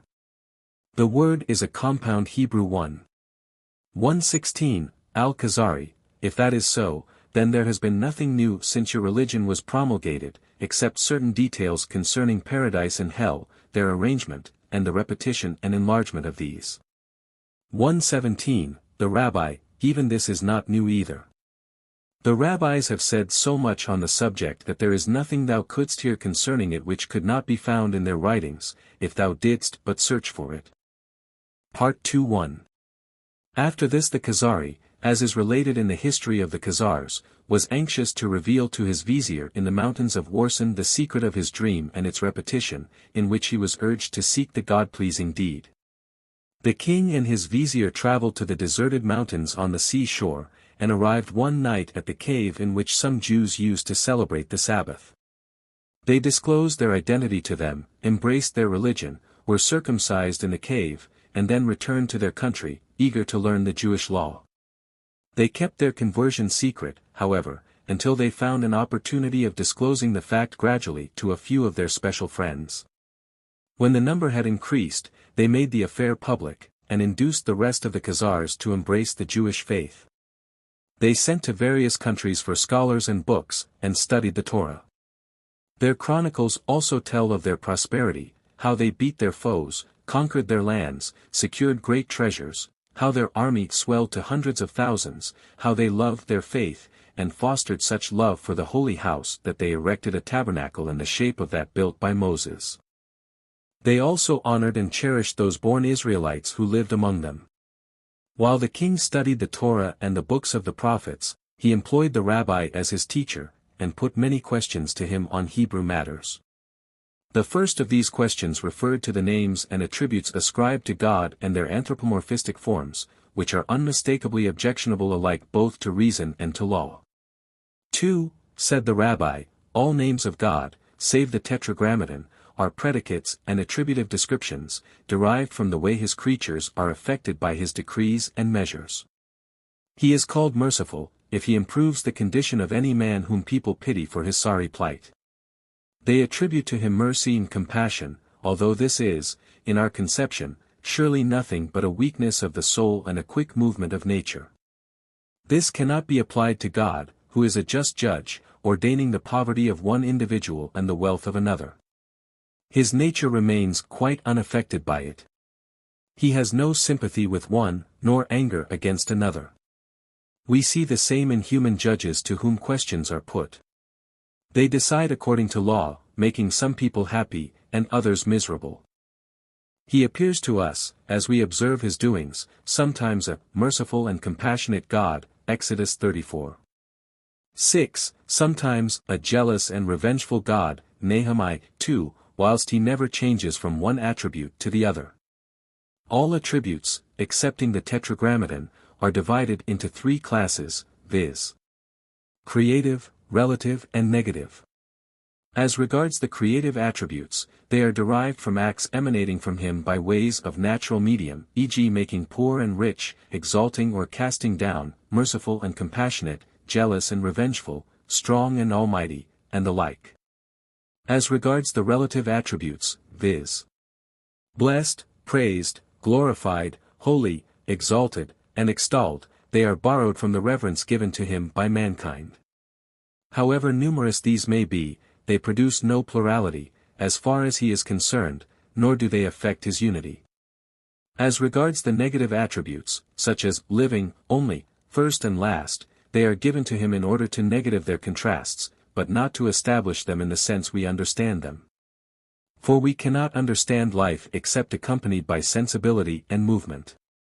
God, however, is above them. We describe him as living in order to negative the idea of the rigid and dead, since it would be an a priori conclusion that that which does not live is dead. This cannot, however, be applied to the intellect. One cannot, e.g., speak of time as being endowed with life, yet it does not follow that it is dead, since its nature has nothing to do with either life or death. In the same way one cannot call a stone ignorant, although we may say that it is not learned. Just as a stone is too low to be brought into connection with learning or ignorance, thus the essence of God is too exalted to have anything to do with life or death, nor can the terms light or darkness be applied to it. If we were asked whether this essence is light or darkness, we should say light by way of metaphor, for fear one might conclude that that which is not light must be darkness. As a matter of fact we must say that only material bodies are subject to light and darkness, but the divine essence is no body, and can consequently only receive the attributes of light or darkness by way of simile, or in order to negative an attribute hinting at a deficiency. Life and death are, therefore, only applicable to material bodies, whilst the divine essence is as much exempt from both as it is highly extolled above them. The life of which we speak in this connection is not like ours, and this is what I wish to state, since we cannot think of any other kind of life but ours. It is as if one would say, we know not what it is. If we say, living God, and God of life, P.S. CVI 28, it is but a relative expression placed in opposition to the gods of the Gentiles, which are dead gods from which no action emanates. In the same way we take the term one, viz. to negative plurality, but not to establish unity as we understand it. For we call a thing one, when the component parts are coherent and of the same materials, e.g. one bone, one sinew, one water, one air. In a similar way time is compared to a compact body, and we speak of one day, and 1 year. The divine essence is exempt from complexity and divisibility, and one only stands to exclude plurality. In the same way, we style him, first, in order to exclude the notion of any later origin, but not to assert that he has a beginning, thus also, last, stands to repudiate the idea that his existence has no end, but not to fix a term for him. All these attributes neither touch on the divine essence, nor do they lead us to assume a multiplicity. The attributes which are connected with the Tetragrammaton are those which describe his power of creating without any natural intermediaries, viz. Creator, Producer, Maker, to him who alone doeth great wonders, P.S. Xvi 4, which means that, he creates, by his bare intention and will, to the exclusion of any assisting cause. This is perhaps meant in the word of the Bible, and I appeared unto Abraham. As El Shaddai, Exodus 6. 3, viz. In the way of power and dominion, as is said, he suffered no man to do them wrong, yea, he reproved kings for their sake, P.S. CV 14. He did not, however, perform any miracle for the patriarchs as he did for Moses, saying, but my name JHWH was I not known to them, Exodus 1, c. This means by my name JHWH, since the Beth in Beel Shaddai refers to the former. The wonders done for Moses and the Israelites left no manner of doubt in their souls that the Creator of the world also created these things which he brought into existence immediately by his will, as the plagues of Egypt, the dividing of the Red Sea, the manna, the pillar of a cloud, and the like. The reason of this was not because they were higher than the patriarchs, but because they were a multitude, and had nourished doubt in their souls, whilst the patriarchs had fostered the utmost faith and purity of mind. If they had all their lives been pursued by misfortune, their faith in God would not have suffered. Therefore they required no signs.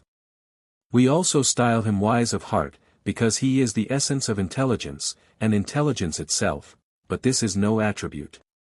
As to Almighty, this belongs to the creative attributes. 3. Al-Khazari, how dost thou explain those attributes which are even of a more corporeal nature than those, viz.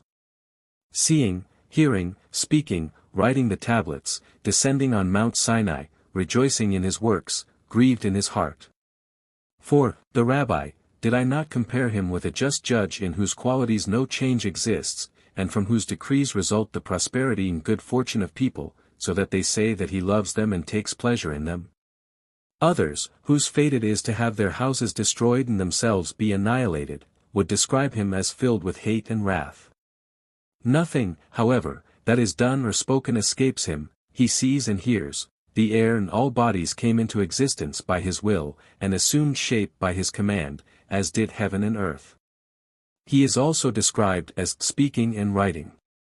Similarly from the ethereal and spiritual substance, which is called Holy Spirit, arose the spiritual forms called Glory of God, Exodus 19:20. Metaphorically he is called Jhwh, Ibid, who descended on the Mount Sinai. We shall discuss this more minutely when treating on metaphysics. 5. Al-Khazari, granting that thou hast justified the use of these attributes, so that no idea of plurality need of necessity follow, yet a difficulty remains as regards the attribute of will with which thou dost invest him, but which the philosopher denies.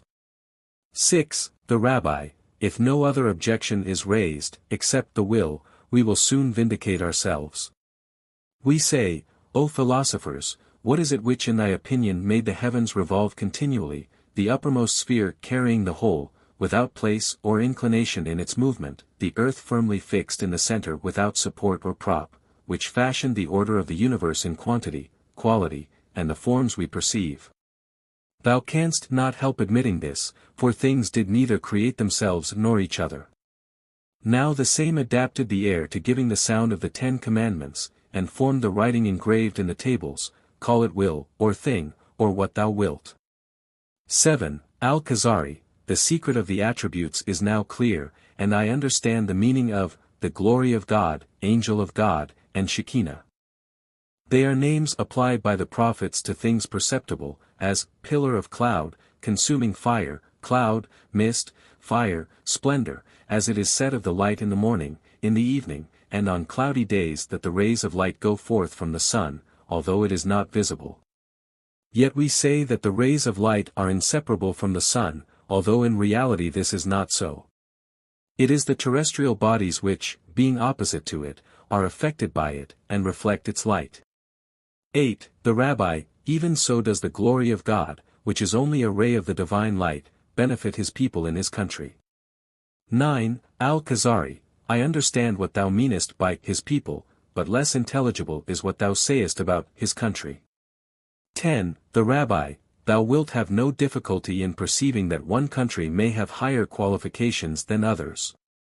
There are places in which particular plants, metals, or animals are found, or where the inhabitants are distinguished by their form and character, since perfection or deficiency of the soul are produced by the mingling of the elements. 11. Al-Khazari, yet I never heard that the inhabitants of Palestine were better than other people. 12. The Rabbi, how about the hill on which you say that the vines thrive so well? If it had not been properly planted and cultivated, it would never produce grapes. Priority belongs, in the first instance, to the people which, as stated before, is the essence and kernel of the nations. In the second instance, it would belong to the country, on account of the religious acts connected with it, which I would compare to the cultivation of the vineyard. No other place would share the distinction of the divine influence, just as no other mountain might be able to produce good wine. 13. Al-Khazari, how could this be? In the time between Adam and Moses were not prophetic visions in other places granted to Abraham in Ur of the Chaldeans, Ezekiel and Daniel at Babylon, and Jeremiah in Egypt? 14. The Rabbi, whosoever prophesied did so either in the Holy Land, or concerning it, viz. Abraham in order to reach it, Ezekiel and Daniel on account of it.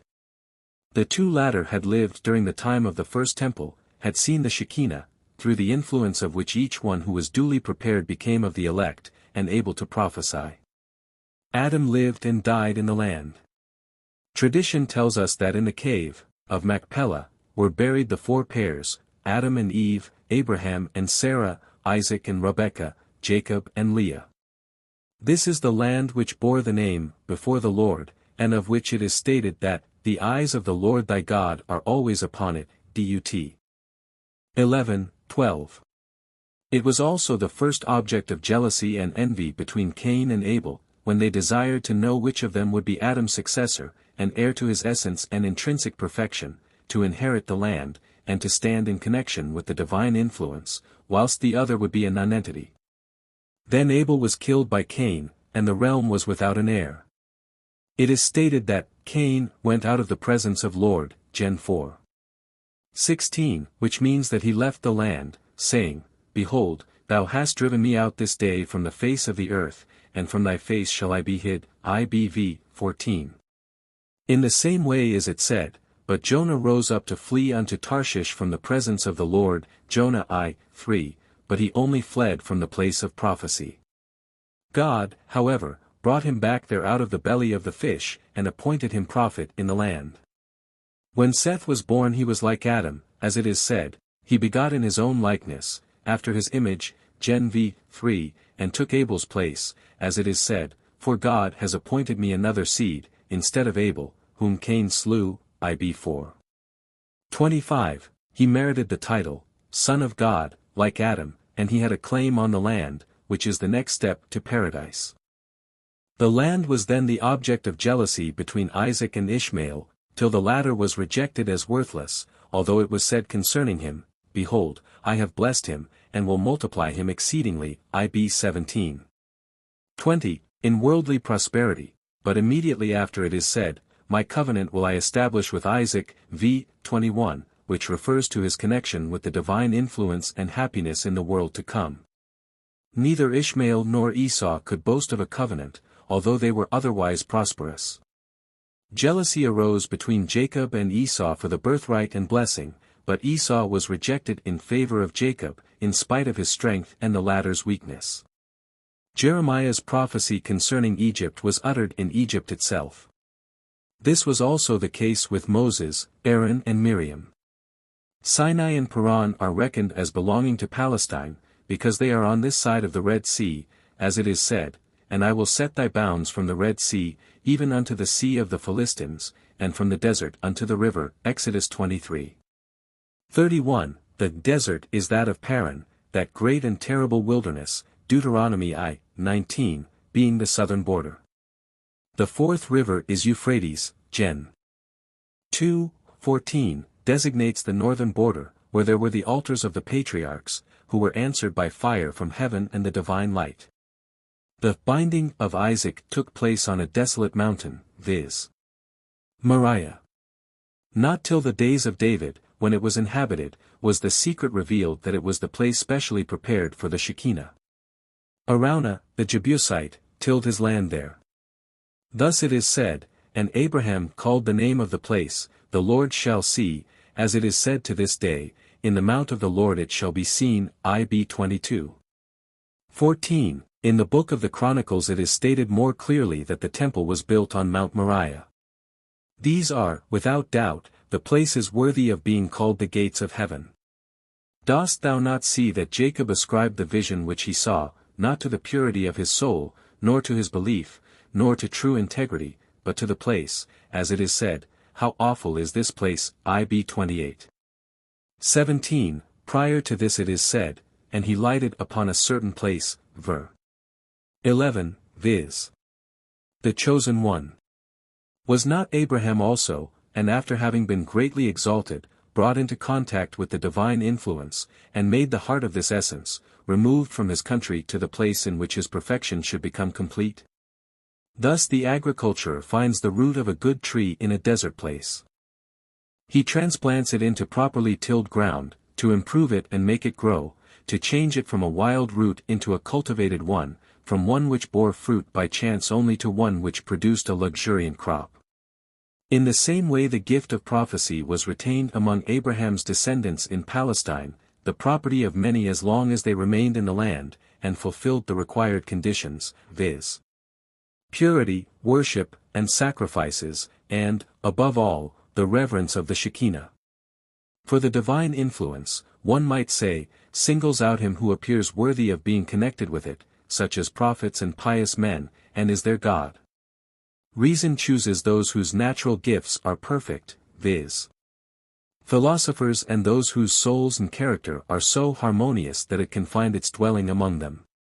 The spirit of life, pure and simple, is to be found in beings which are endowed with ordinary primary faculties, and particularly adapted to higher vitality, viz.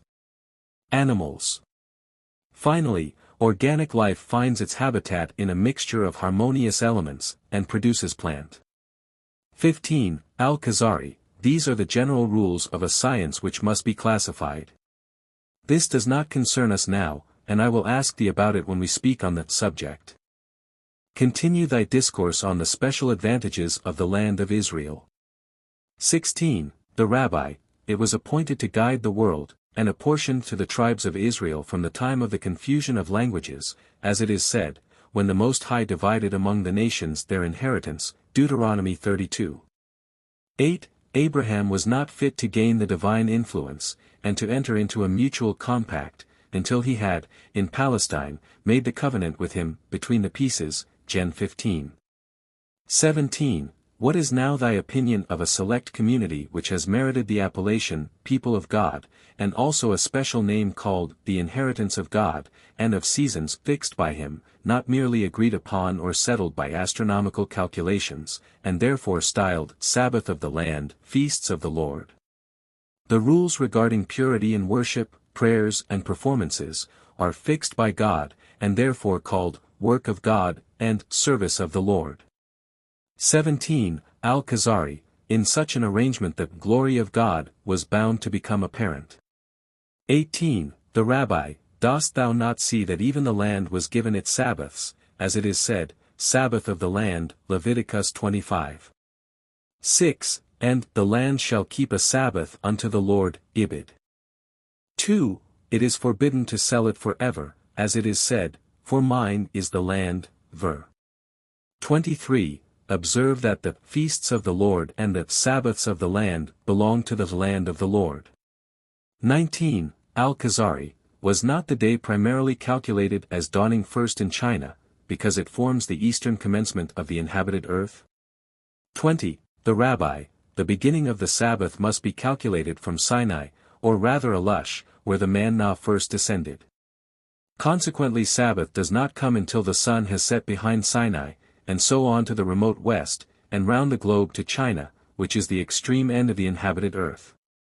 Sabbath begins in China 18 hours later than in Palestine, since the latter lies in the center of the world. Sunset in Palestine, therefore, concurs with midnight in China, and midday in Palestine concurs with sunset in China. This is the problem of the system based on the 18 hours in the Talmudical rule. If the conjunction of the moon takes place before midday, the new moon becomes visible near sunset. This refers to Palestine, the place where the law was given, and where Adam at the end of Sabbath was transferred from paradise. It is there where the calendar began after the 6 days of creation. Adam, then, began to name the days, as he did with all that dwelt on earth, and the following generations continued counting in the same way.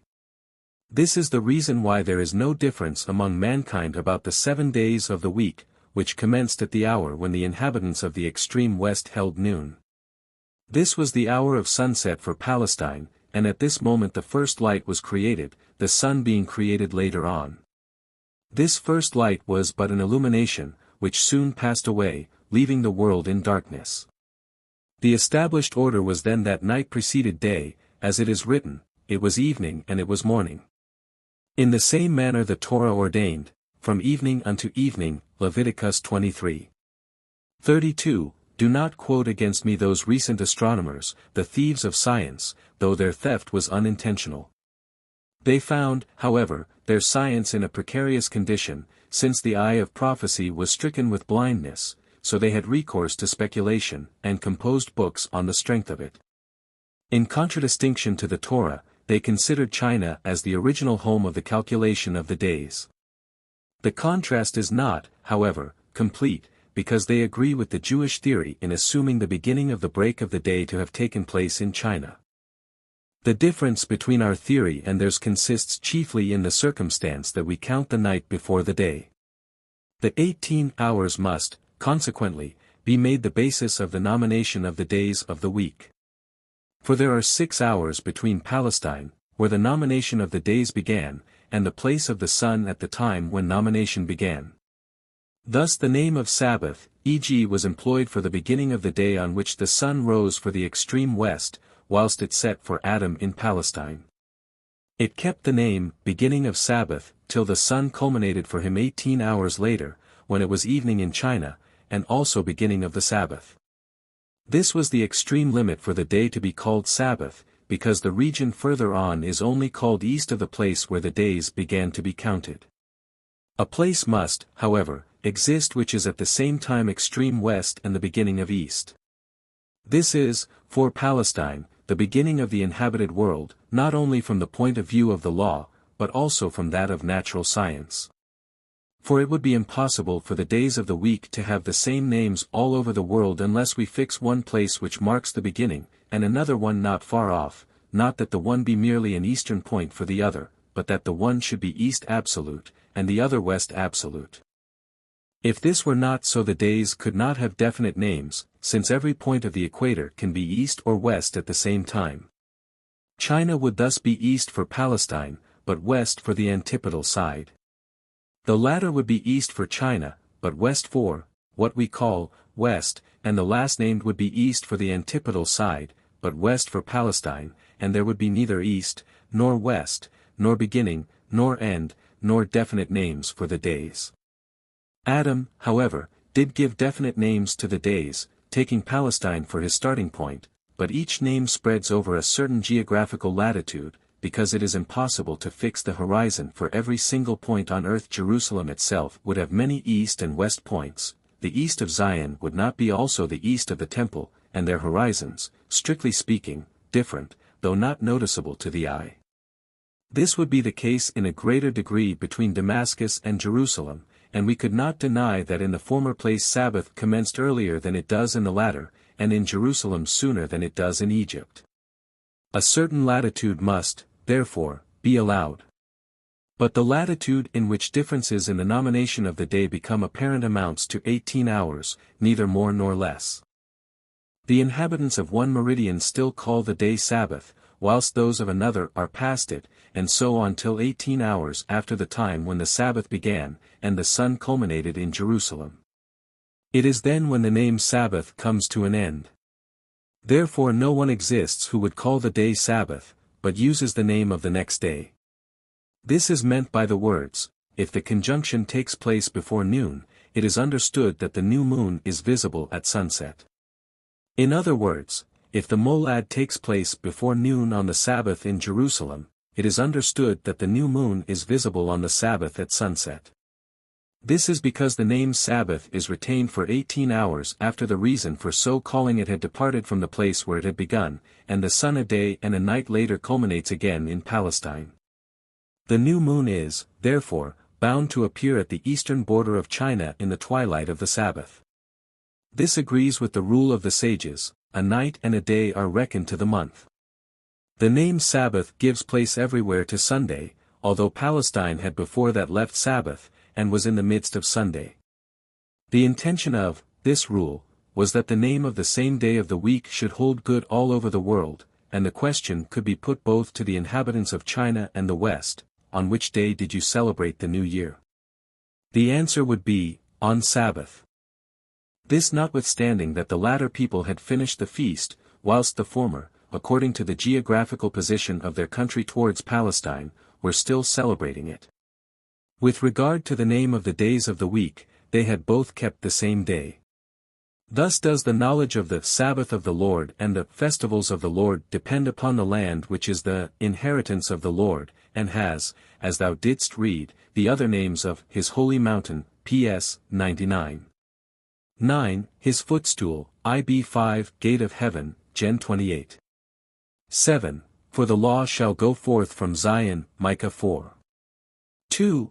Thou didst also read, how the patriarchs endeavored to live in the country whilst it was in the hands of the pagans, how they yearned for it, and had their bones carried into it, as did Jacob and Joseph. Moses prayed to see it, and when this was denied to him, he considered it a misfortune.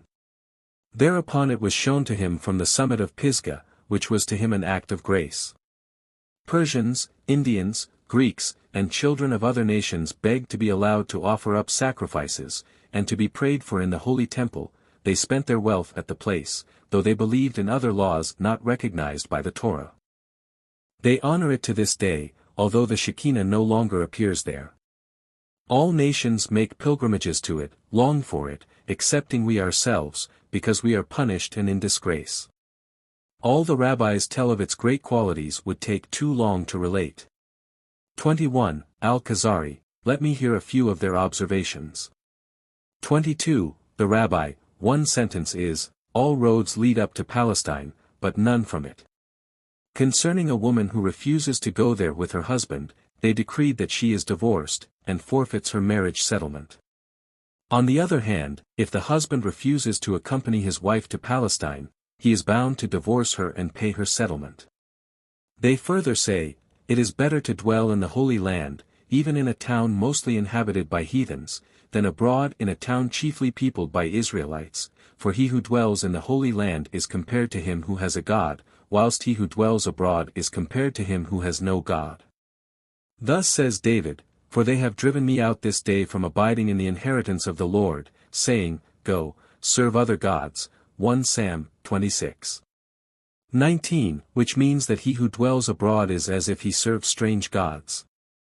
To Egypt they ascribed a certain superiority over other countries on the basis of a syllogism in the following way, if Egypt, with regard to which a covenant was made, is a forbidden land, other countries are still more so. Another saying is, to be buried in Palestine is as if buried beneath the altar. They praise him who is in the land more than him who is carried thither dead. This is expressed thus, he who embraces it when alive is not like him who does so after his death. They say concerning him who could live there, but did not do so, and only ordered his body to be carried thither after his death, while you lived you made mine inheritance an abomination, but in death, you come and contaminate my country. 2. 1. It is told that Hananiah, when asked whether it was lawful for a person to go abroad in order to marry the widow of his brother, said, his brother married a pagan woman, praised be God who caused him to die. Now this one follows him. The sages also forbade selling estates or the remains of a house to a heathen, or leaving a house in ruins. Other sayings are, fines can only be imposed in the land itself, no slave must be transported abroad, and many similar regulations. Further, the atmosphere of the Holy Land makes wise. They expressed their love of the land as follows, he who walks for yards in the land is assured of happiness in the world to come. Zerah said to a heathen who criticized his foolhardiness in crossing a river without waiting to reach a ford, in his eagerness to enter the land, how can the place which Moses and Aaron could not reach, be reached by me? 23. Al Khazari, if this be so, thou fallest short of the duty laid down in thy law, by not endeavoring to reach that place, and making it thy abode in life and death, although thou sayest, have mercy on Zion, for it is the house of our life, and believest that the Shekinah will return thither. And had it no other preference than that the Shekinah dwelt there 500 years, this is sufficient reason for men's souls to retire thither and find purification there, as happens near the abodes of the pious and the prophets. Is it not the gate of heaven? All nations agree on this point. Christians believe that the souls are gathered there and then lifted up to heaven.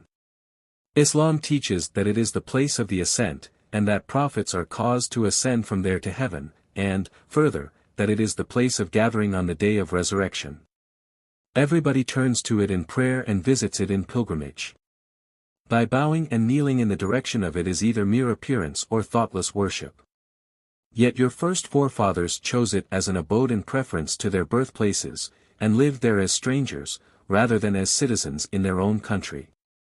This they did even at a time when the Shekinah was yet visible, but the country was full of unchastity, impurity, and idolatry. Your fathers, however, had no other desire than to remain in it. Neither did they leave it in times of dearth and famine except by God's permission. Finally, they directed their bones to be buried there. 24. The Rabbi, this is a severe reproach, O king of the Khazars. It is the sin which kept the divine promise with regard to the second temple, viz. Sing and rejoice, O daughter of Zion, Zech 2. 10, from being fulfilled. Divine providence was ready to restore everything as it had been at first, if they had all willingly consented to return. But only a part was ready to do so, whilst the majority in the aristocracy remained in Babylon, preferring dependence and slavery, and unwilling to leave their houses and their affairs. An allusion to them might be found in the enigmatic words of Solomon, I sleep, but my heart waketh, Psalm v. 2-4. He designates the exile by sleep, and the continuance of prophecy among them by the wakefulness of the heart. It is the voice of my beloved that knocketh, means God's call to return, my head is filled with dew, alludes to the Shekinah which emerged from the shadow of the temple. The words, I have put off my coat, refer to the people's slothfulness in consenting to return. The sentence, my beloved stretcheth forth his hand through the opening, may be interpreted as the urgent call of Ezra, Nehemiah, and the prophets, until a portion of the people grudgingly responded to their invitation. In accordance with their mean mind they did not receive full measure. Divine providence only gives man as much as he is prepared to receive. If his receptive capacity be small, he obtains little, and much if it be great. Were we prepared to meet the God of our forefathers with a pure mind, we should find the same salvation as our fathers did in Egypt. If we say, worship his holy hill, worship at his footstool, he who restoreth his glory to Zion, Ps. 99.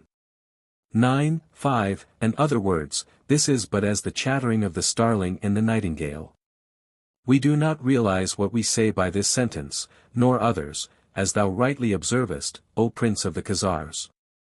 25. Al Khazari, enough on this subject. Now I should like an explanation of what I read about the sacrifices.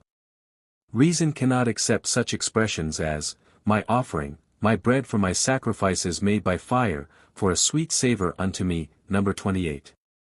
2. Employed in connection with the sacrifices, describing them as being God's offering, bread, and incense. 26. The Rabbi, the expression, by my fires removes all difficulty. It states that offering, bread and sweet savor, which are ascribed to me, in reality belong to my fires, i.e. to the fire which was kindled at God's behest, and fed by the offerings. The remaining pieces were food for the priests. The deeper signification of this was to create a well-arranged system, upon which the king should rest in an exalted, but not local sense. As a symbol of the divine influence, consider the reasoning soul which dwells in the perishable body.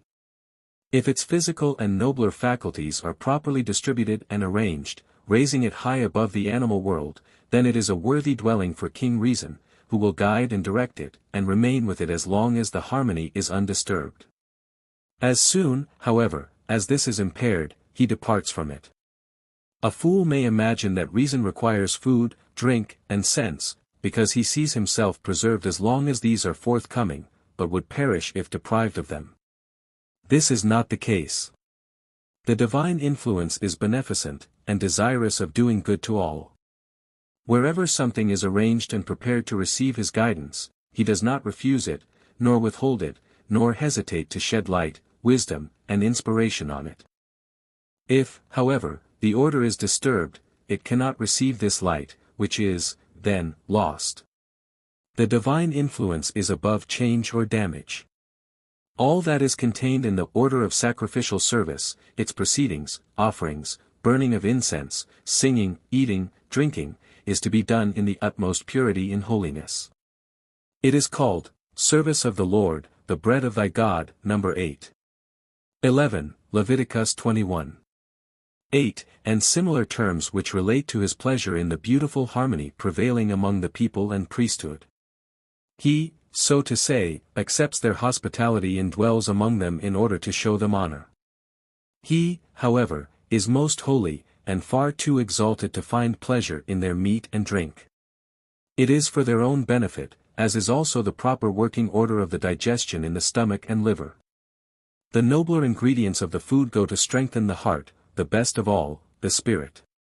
Not only are heart, mind, and brain regenerated by means of this food, but also the digestive organs and all other organs through the strengthening matter which reaches them through the arteries, nerves and sinews. Altogether, this is so arranged and prepared, as to become fit to receive the guidance of the reasoning soul, which is an independent substance, and nearly approaches the angelic, of which it is stated, its dwelling is not with flesh, Dan. 2:11.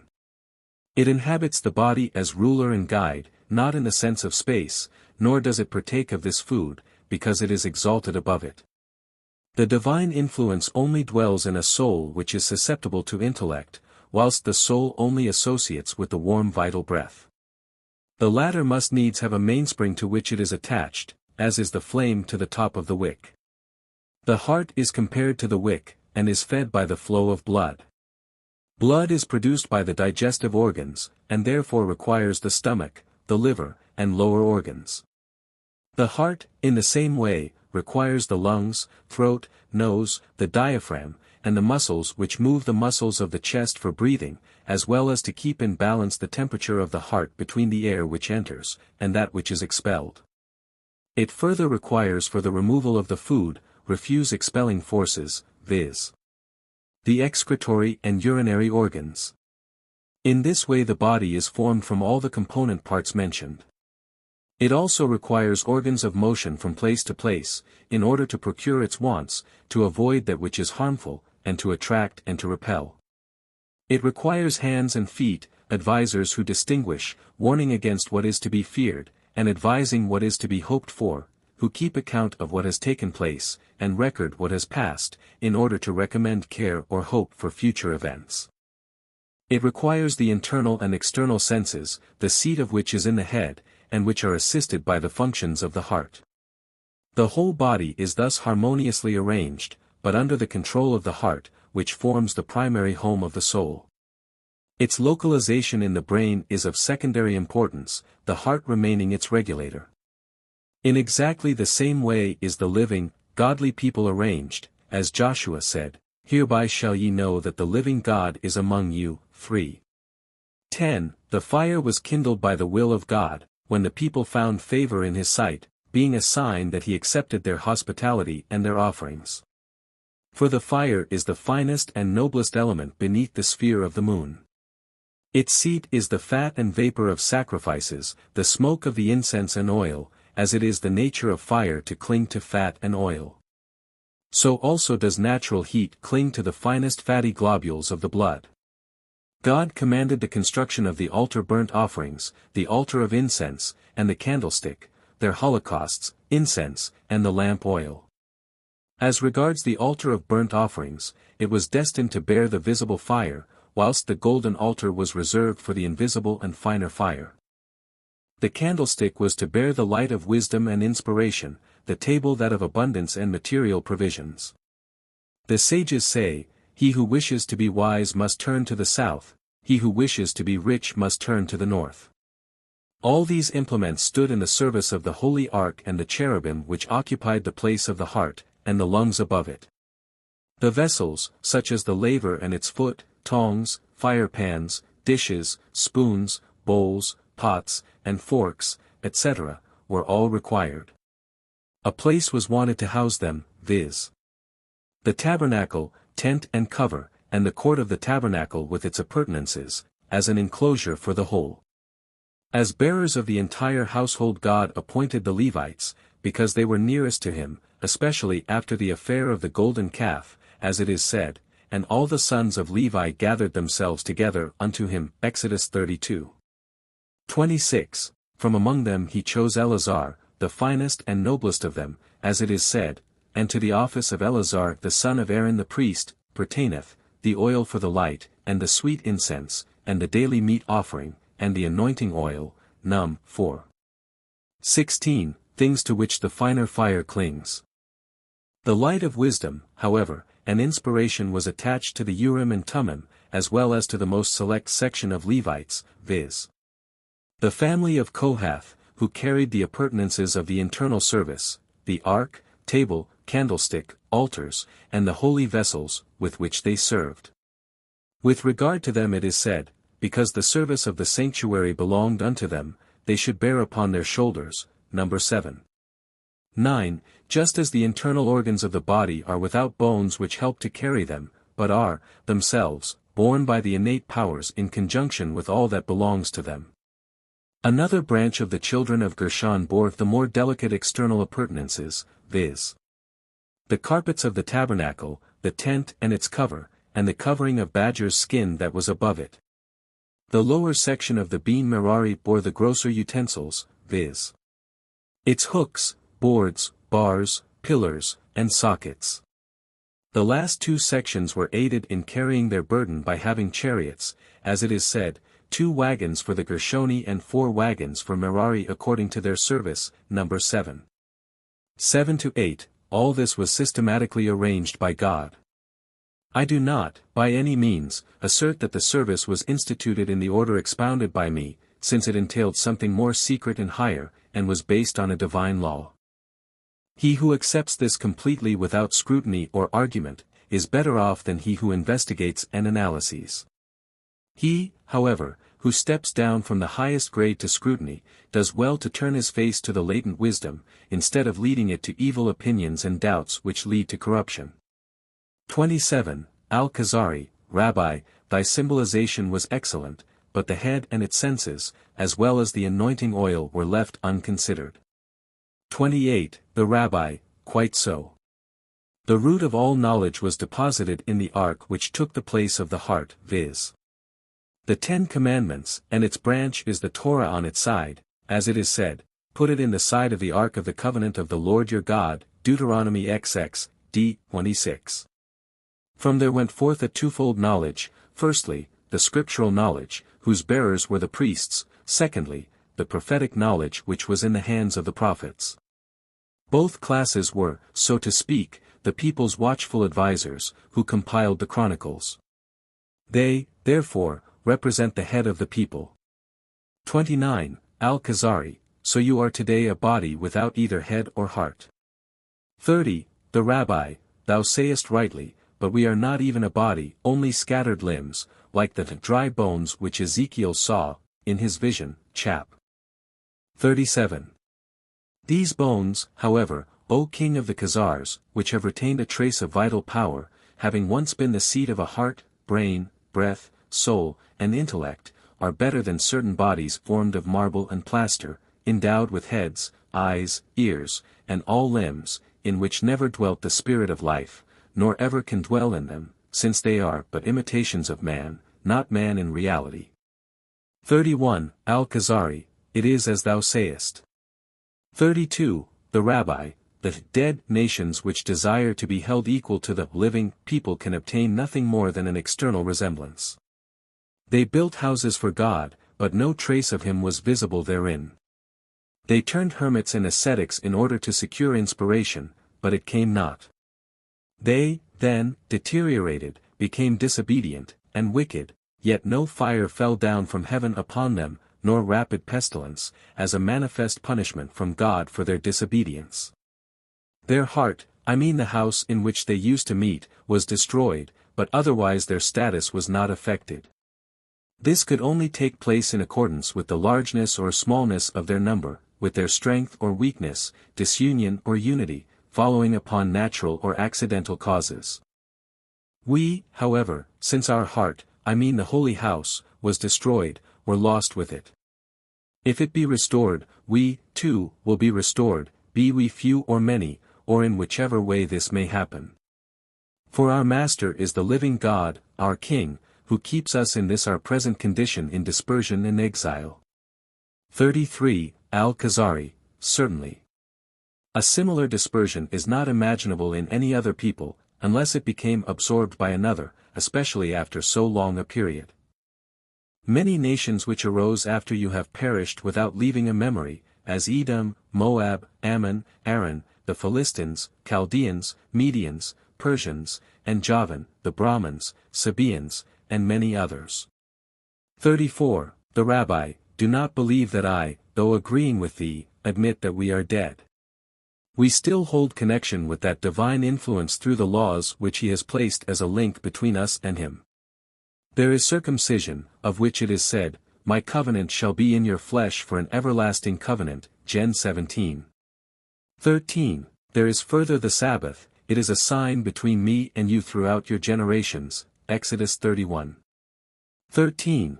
Besides this there is the covenant of the fathers, and the covenant of the law, first granted on Horeb, and then in the plains of Moab in connection with the promises and warnings laid down in the section, When thou shalt beget children and grandchildren, Dut. 4:25. Compare further the antithesis, If any of thine be driven out unto the utmost parts of heaven, chapter 30. 10. Thou shalt return unto the Lord thy God, Ibid 2, finally, the song, Give ear, chapter 32. 1, and other places. We are not like dead, but rather like a sick and attenuated person who has been given up by the physicians, and yet hopes for a miracle or an extraordinary recovery, as it is said, Can these bones live? Ezek 37. 3. Compare also the simile in the words, Behold my servant shall prosper, he has no form nor comeliness, like one from whom men hid their faces, is Lee. 13, which means that he is, on account of his deformity and repulsive visage, compared to an unclean thing, which man only beholds with disgust and turns away, despised and rejected of men, a man of sorrows and acquainted with grief. 53. 3:35. Al Khazari, how can this serve as a comparison for Israel, as it is said, Surely he has borne our griefs. That which has befallen Israel has come to pass on account of its sins. 36. The Rabbi, Israel amidst the nations is like the heart amidst the organs of the body, it is at one and the same time the most sick and the most healthy of them. 37. Al Khazari, make this a little clearer. 38. The Rabbi, the heart is exposed to all sorts of diseases, and frequently visited by them, such as sadness, anxiety, wrath, envy, enmity, love, hate, and fear. Its temperament changes continually, undulating between excess and deficiency, and moreover influenced by inferior nourishment, by movement, exertion, sleep, or wakefulness. They all affect the heart whilst the limbs rest. 39. Al Khazari, now I understand how it can be the most sick and most healthy of all organs simultaneously. 40. The Rabbi, is it possible that it could suffer from swelling, or a cancer, or boils, a wound, weakness, and asthma, as is possible in other organs? 41. Al Khazari, impossible. For the smallest trace of these would bring on death. Its extreme sensibility, caused by the purity of its blood, and its great intelligence causes it to feel the slightest symptom, and expels it as long as it is able to do so. The other organs lack this fine sensibility, and it is therefore possible that they can be affected by some strange matter which produces illness. 42. The Rabbi, thus its sensibility and feeling expose it to many ills, but they are at the same time the cause of their own expulsion at the very beginning, and before they have time to take root. 43. Al Khazari, quite so. 44. The Rabbi, our relation to the divine influence is the same as that of the soul to the heart. For this reason it is said, You only have I known of all the families of the earth, therefore I will punish you for all your iniquities. Amos 3. 2. These are the illnesses. As regards its health, it is alluded to in the words of the sages, He forgives the sins of His people, causing the first of them to vanish first. He does not allow our sins to become overwhelming, or they would destroy us completely by their multitude. Thus he says, For the iniquity of the Amorites is not yet full, Gen 15. 16. He left them alone till the ailment of their sins had become fatal. Just as the heart is pure in substance and matter, and of even temperament, in order to be accessible to the intellectual soul, so also is Israel in its component parts.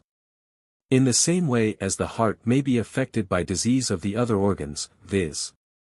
the lusts of the liver, stomach and genitals, caused through contact with malignant elements, thus also is Israel exposed to ills originating in its inclinings towards the Gentiles. As it is said, they were mingled among the heathens and learned their works, P.S. CVI, 35. Do not consider it strange if it is said in the same sense, surely, he has borne our griefs and carried our sorrows, is 53. For, now we are burdened by them, whilst the whole world enjoys rest and prosperity. The trials which meet us are meant to prove our faith, to cleanse us completely, and to remove all taint from us. If we are good, the divine influence is with us in this world. Thou knowest that the elements gradually evolved metals, plants, animals, man, finally the pure essence of man. The whole evolution took place for the sake of this essence, in order that the divine influence should inhabit it. That essence, however, came into existence for the sake of the highest essence, viz. the prophets and pious. A similar gradation can be observed in the prayer, "Give thy fear, O Lord our God, over all thy works. Then, give glory to thy people, finally, the pious shall see and rejoice, because they are the purest essence." 45. Al Khazari, thy interesting comparison has completely riveted my attention. But I should expect to see more hermits and ascetics among you than among other people. 46. The Rabbi, I regret that thou hast forgotten those fundamental principles in which thou didst concur. Did we not agree that man cannot approach God except by means of deeds commanded by him? Dost thou think that this can be gained by meekness, humility, etc., alone? 47. Al Khazari, certainly, and rightly so. I think I read in your books as follows: What doth the Lord thy God require of thee, but to fear the Lord thy God, Deuteronomy x. 12, and what doth the Lord require of thee, Micah 6. 8, and many similar passages. 48. The Rabbi, these are the rational laws, being the basis and preamble of the divine law, preceding it in character and time, and being indispensable in the administration of every human society. Even a gang of robbers must have a kind of justice among them if their confederacy is to last.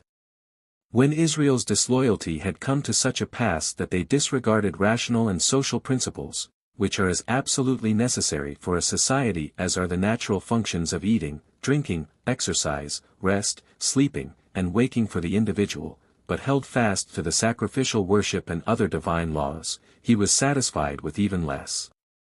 It was told to them, haply you might observe those laws which rule the smallest and meanest community, such as refer to justice, good actions, and recognition of God's bounty.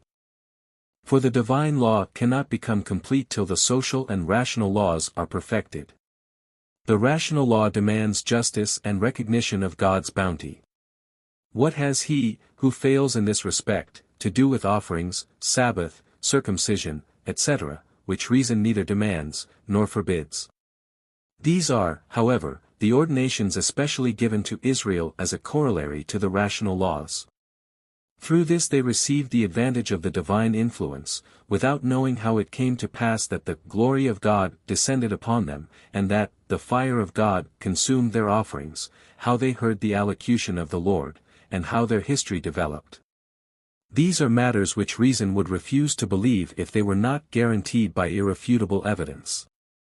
In a similar sense it was said to them, What doth the Lord thy God require of thee? Deuteronomy x. 12, and add your burnt offerings, Jah 7. 21, and similar verses. Can it be imagined that the Israelites observe the doing of justice and the love of mercy, but neglect circumcision, Sabbath, and the other laws, and felt happy withal? 49. Al Khazari, after what thou hast said I should not think so. In the opinion of philosophers, however, he becomes a pious man who does not mind in which way he approaches God, whether as a Jew or a Christian, or anything else he chooses. Now we have returned to reasoning, speculating and dialectics. According of this everyone might endeavor to belong to a creed dictated by his own speculating, a thing which would be absurd. 50. The Rabbi, the divine law imposes no asceticism on us. It rather desires that we should keep the equipoise, and grant every mental and physical faculty its due, as much as it can bear, without overburdening one faculty at the expense of another. If a person gives way to licentiousness he blunts his mental faculty, he who is inclined to violence injures some other faculty. Prolonged fasting is no act of piety for a weak person who, having succeeded in checking his desires, is not greedy. For him feasting is a burden and self-denial.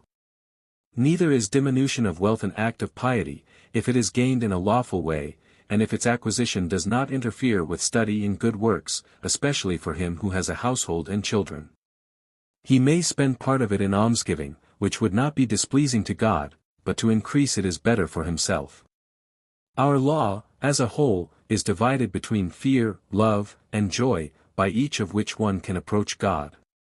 Thy contrition on a fast day does nothing the nearer to God than thy joy on the Sabbath and holy days, if it is the outcome of a devout heart.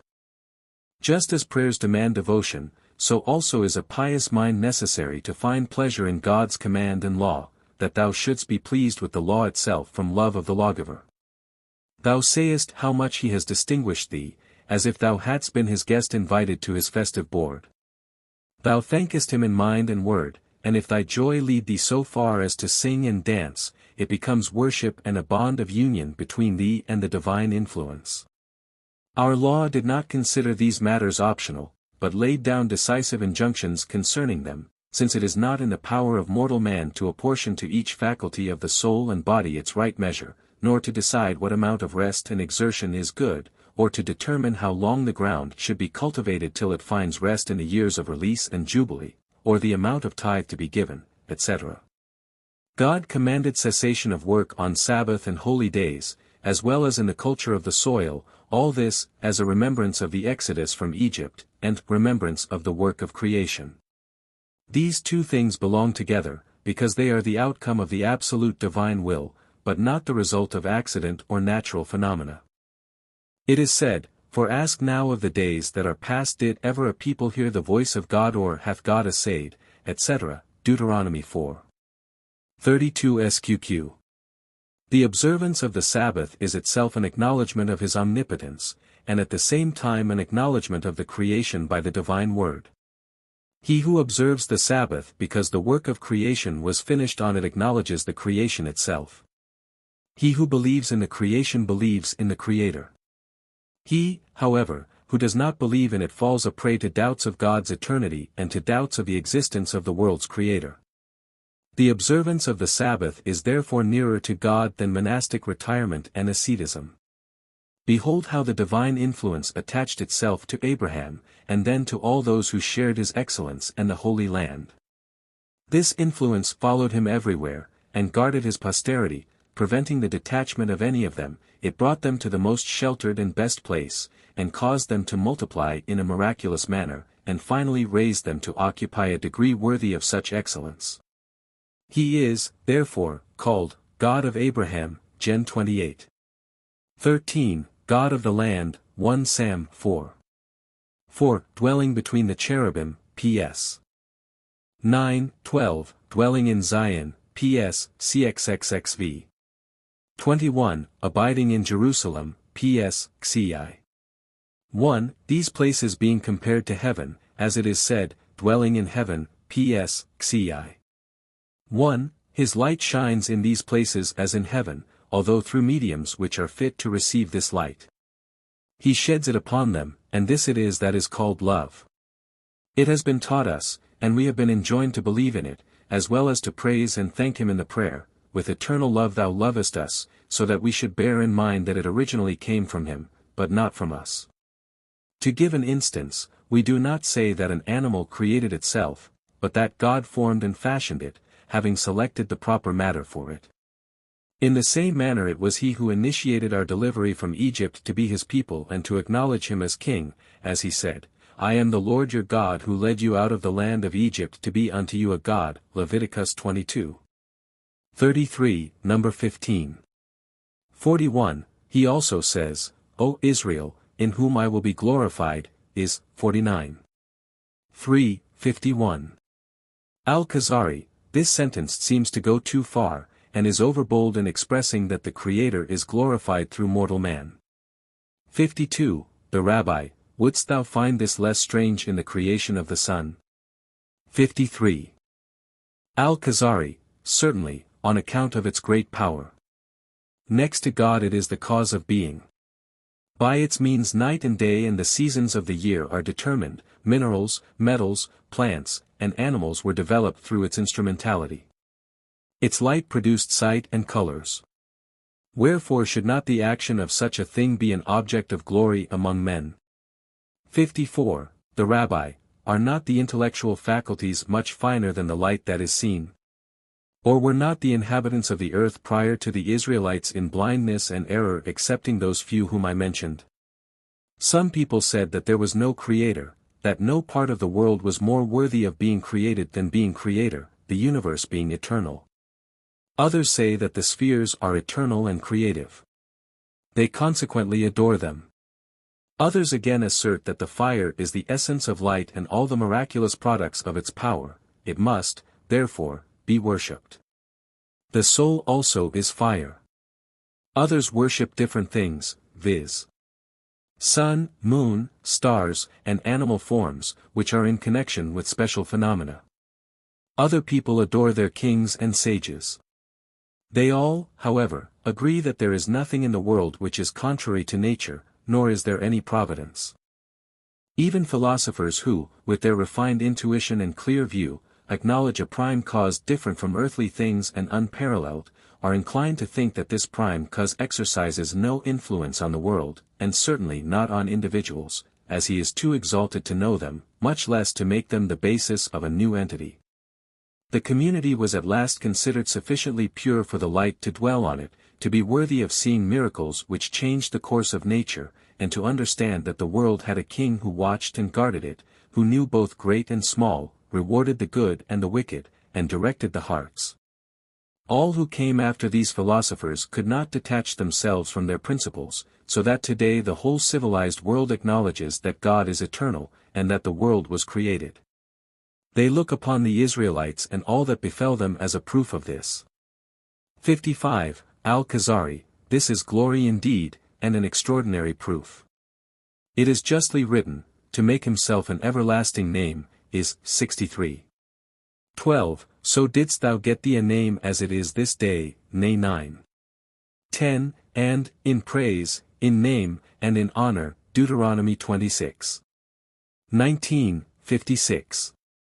The Rabbi, didst thou not see how David introduces the praise of the Torah, when he first speaks of the sun in the words, the heavens declare the glory of God, p.s. 19. 2. He describes how ubiquitous its light, how pure its body, how steady its path, and beautiful its countenance. This is followed by the words, the law of the Lord is perfect, ver. 7, etc., as if he wished to convey that one should not wonder at such a description. For the Torah is more pure, more resplendent, more widely known, more exalted, and more useful still. If there were no Israelites there would be no Torah. They did not derive their high position from Moses, but Moses received his for their sake. The divine love dwelt among the descendants of Abraham, Isaac, and Jacob. The choice of Moses, however, was made in order that the good fortune might come to them through his instrumentality. We are not called the people of Moses, but the people of God, as it is said, the people of the Lord, Ezek 36. 20, and the people of the God of Abraham, ps. 47. 10. Proof of the divine influence is not found in well-chosen words, in raising the eyebrows, closing the eyes during prayers, contrition, movement, and talk behind which there are no deeds, but a pure mind, illustrated by corresponding actions which, by their very nature, are difficult to perform, and are yet performed with the utmost zeal and love. It is to be found in one who, wherever he may, strives to reach the chosen place 3 times a year, and bearing with the greatest pleasure and joy all fatigues and expenses connected therewith. He pays the first tithe, and the second tithe, and the poor tithe, and the expenses connected with his apparel for the temple. He renounces the harvest in the years of release and jubilee, incurs expense for a tabernacle, holy days, and abstention from work, gives the first fruits, the firstborn animals, priests' emoluments, the first of the shearing, and the first of the dough, apart from vows and free gifts, and fines connected with intentional and unintentional sins, and peace offerings. Further offerings due on account of private happenings, impurity, childbed, issue, leprosy, and many other things. All this is regulated by divine command, without human speculation. It is not possible for man to determine the relative importance of each, and he need not fear any deterioration in them. It is as if he assessed Israel, and measured them as well as the harvests of Palestine as regards vegetable and animal life. He also considered the tribe of Levi, and ordained these assessments in the desert, because he knew that, as long as they were not infringed, Israel would retain its surplus, and the Levite would not be in want. It never could come to such a pass that a tribe or family would be reduced to poverty, because he ordained the return of the whole property in the year of Jubilee in the same status as it was in the first year of the distribution of the land. The details of these regulations would fill volumes. He who studies them carefully will see that they are not of human origin. Praised be he who has contrived them, he hath not dealt so with any nation, they are judgments which they knew not. P.S. Khazari. 20. This arrangement lasted during the periods of both temples for about 1,300 years, and had the people remained in the straight path, it would have been as the days of the heaven on earth. Deuteronomy 11. 20, 57. Al Khazari, at present you are in great confusion concerning those heavy duties. What nation could observe such regulations? 58. The Rabbi, the community whose guardian and compensator is always in its midst. God. Joshua said, You cannot serve the Lord, for he is an holy God. Chapter 24. 19. Notwithstanding this, his community was so zealously observing that, in the matter of the trespass of the devoted thing of Jericho, not more than the one Achan was found disobedient among more than 600,000. The punishment followed immediately, just as it did in the case of Miriam, who was afflicted with leprosy, also in the cases of Uzzah, Nadab and Abihu, and the people of Beth-Shemesh, who were punished because they had looked into the ark of the Lord. 1 Sam. 6. 19. It was one of the wonderful traits of God that his displeasure for minor transgressions was shown on the walls of houses and in the clothes, whilst for more grievous sins the bodies were more or less severely stricken. The priests were appointed to study this profound science and to discover to what extent these trials were God's punishment. This often took them weeks to find out, as was the case with Miriam, or how much was simply constitutionally curable or incurable.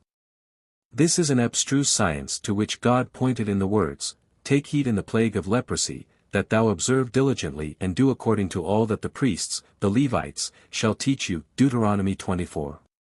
8, 59. Al Khazari, hast thou a satisfactory argument on the matter?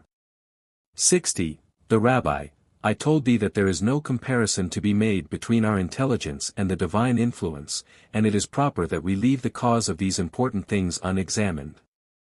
I take, however, the liberty of stating, though not with absolute certainty, that leprosy and issue are occasionally the consequence of contamination by corpses. A dead body represents the highest degree of malignancy, and a leprous limb is as if dead. It is the same with lost sigma Pi Rho alpha, because it had been endowed with living power, capable of engendering a human being. Its loss, therefore, forms a contrast to the living and breathing, and on account of its ideal potentiality only affects noble minds and highly strung souls which incline towards the divine, prophetic, visionary, and towards genuine imagination. There are people who feel depressed as long as they have not purified themselves after such an accident. Experience has taught them that their touch deteriorates such fine things as pearls and wine. Most of us feel influenced by the vicinity of dead bodies and graves, and our spirits are depressed as long as we find ourselves in a house in which there is a corpse. Those of coarser mold remain untouched. We see the same in intellectual matters. He who seeks purity of thought in philosophic studies, or purity of soul in prayer, feels uncomfortable in the association with women and scoffers, or during the recitation of jocular or love songs. 61. Al Khazari, this explains to me why the physical birthright, viz. the sigma Pi Rho alpha, contaminates, though being wholly spiritual, whilst other excreta do not do so, in spite of their repulsive aspect, odor, and quantity. Now I should still like to hear the explanation of the leprosy of the garment and the house. 62. The Rabbi, I mentioned that as one of the characteristics of the Shekinah, that it occupies in Israel the same place as the spirit of life in the human body. It granted them a divine life, and allowed them to find luster, beauty, and light in their souls, bodies, dispositions, and houses. When it was absent from them, their intelligence waned, their bodies deteriorated, and their beauty faded. The effect of the disappearance of the divine light became noticeable in every individual. One can easily see how the breath of a person is suddenly lost through fear and sorrow, whereby the body also suffers.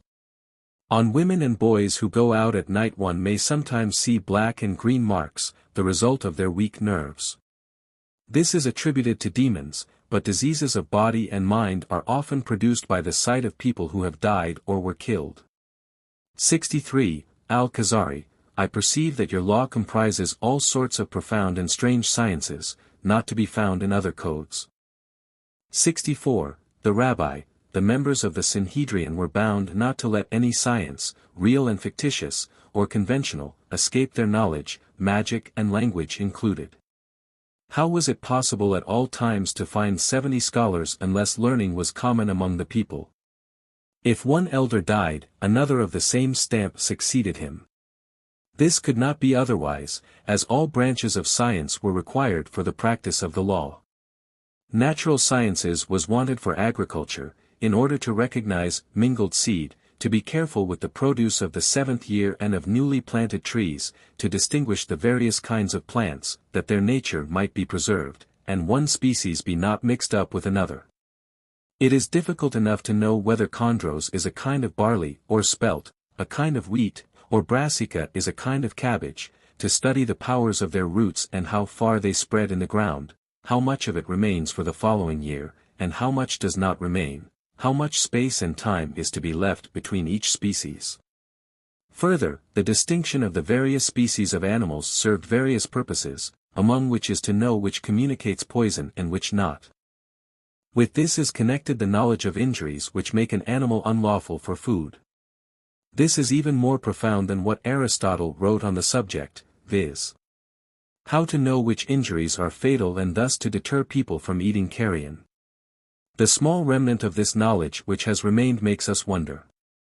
Add to this the acquaintance with the blemishes which disqualify priests from taking part in the temple service, as well as of the blemishes which prohibit the offering up of certain animals as sacrifices.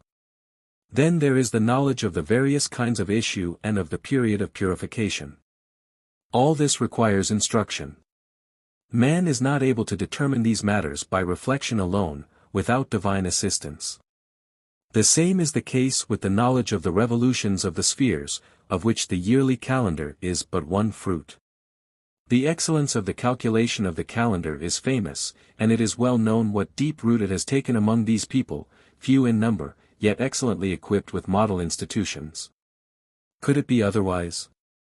On account of the smallness, humbleness, and dispersion of the people it is hardly noticed among the other nations, yet those relics of the divine made it into one firmly established organization.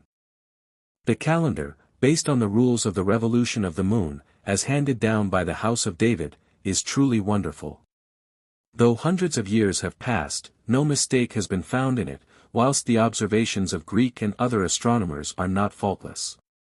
They were obliged to insert corrections and supplements every century, whilst our calendar is always free from error, as it rests on prophetic tradition. Had there been the smallest flaw in a fundamental rule, this would today have assumed serious proportions, on account of the time difference between the conjunction of the moon and the moment when she becomes visible. In the same manner our sages were, without doubt, acquainted with the movements of the sun and astronomy in general. Music was the pride of a nation which distributed their songs in such a way that they fell to the lot of the aristocracy of the people, viz. The Levites, who made practical use of them in the holy house and in the holy season. For their maintenance they were satisfied with the tithes, as they had no occupation but music. As an art it is highly esteemed among mankind, as long as it is not abused and degraded, and as long as the people preserves its original nobleness and purity. David and Samuel were its great masters. Dost thou think that they understood it well or not? 65. Al Khazari, there can be no doubt that their art was most perfect, and touched the souls, as people say that it changes the humor of a man's soul to a different one. It is impossible that it should now reach the same high level. It has deteriorated, and servants and half-crazy people are its patrons. Truly, Rabbi, it sank from its greatness, as you have sunk in spite of your former greatness. 66. The Rabbi, what is thy opinion of Solomon's accomplishments? Did he not, with the assistance of divine, intellectual, and natural power, converse on all sciences?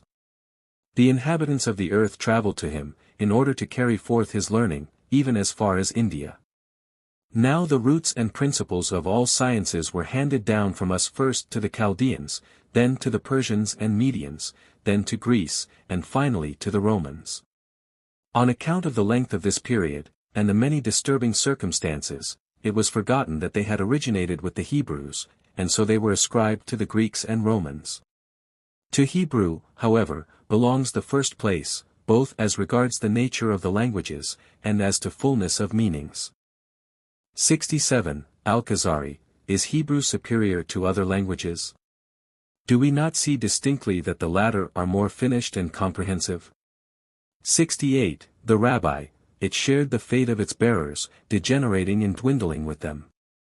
Considered historically and logically, its original form is the noblest. According to tradition, it is the language in which God spoke to Adam and Eve, and in which the latter conversed. It is proved by the derivation of Adam from Adamah, Isha from Ish, I from I, Cain from Kenithi, Sheth from Shath, and Noah from Yena, Menu. This is supported by the evidence of the Torah. The whole is traced back to Eber, Noah and Adam. It is the language of Eber after whom it was called Hebrew, because after the confusion of tongues it was he who retained it. Abraham was an Aramean of Ur Kasdim, because the language of the Chaldeans was Aramaic. He employed Hebrew as a specially holy language and Aramaic for everyday use.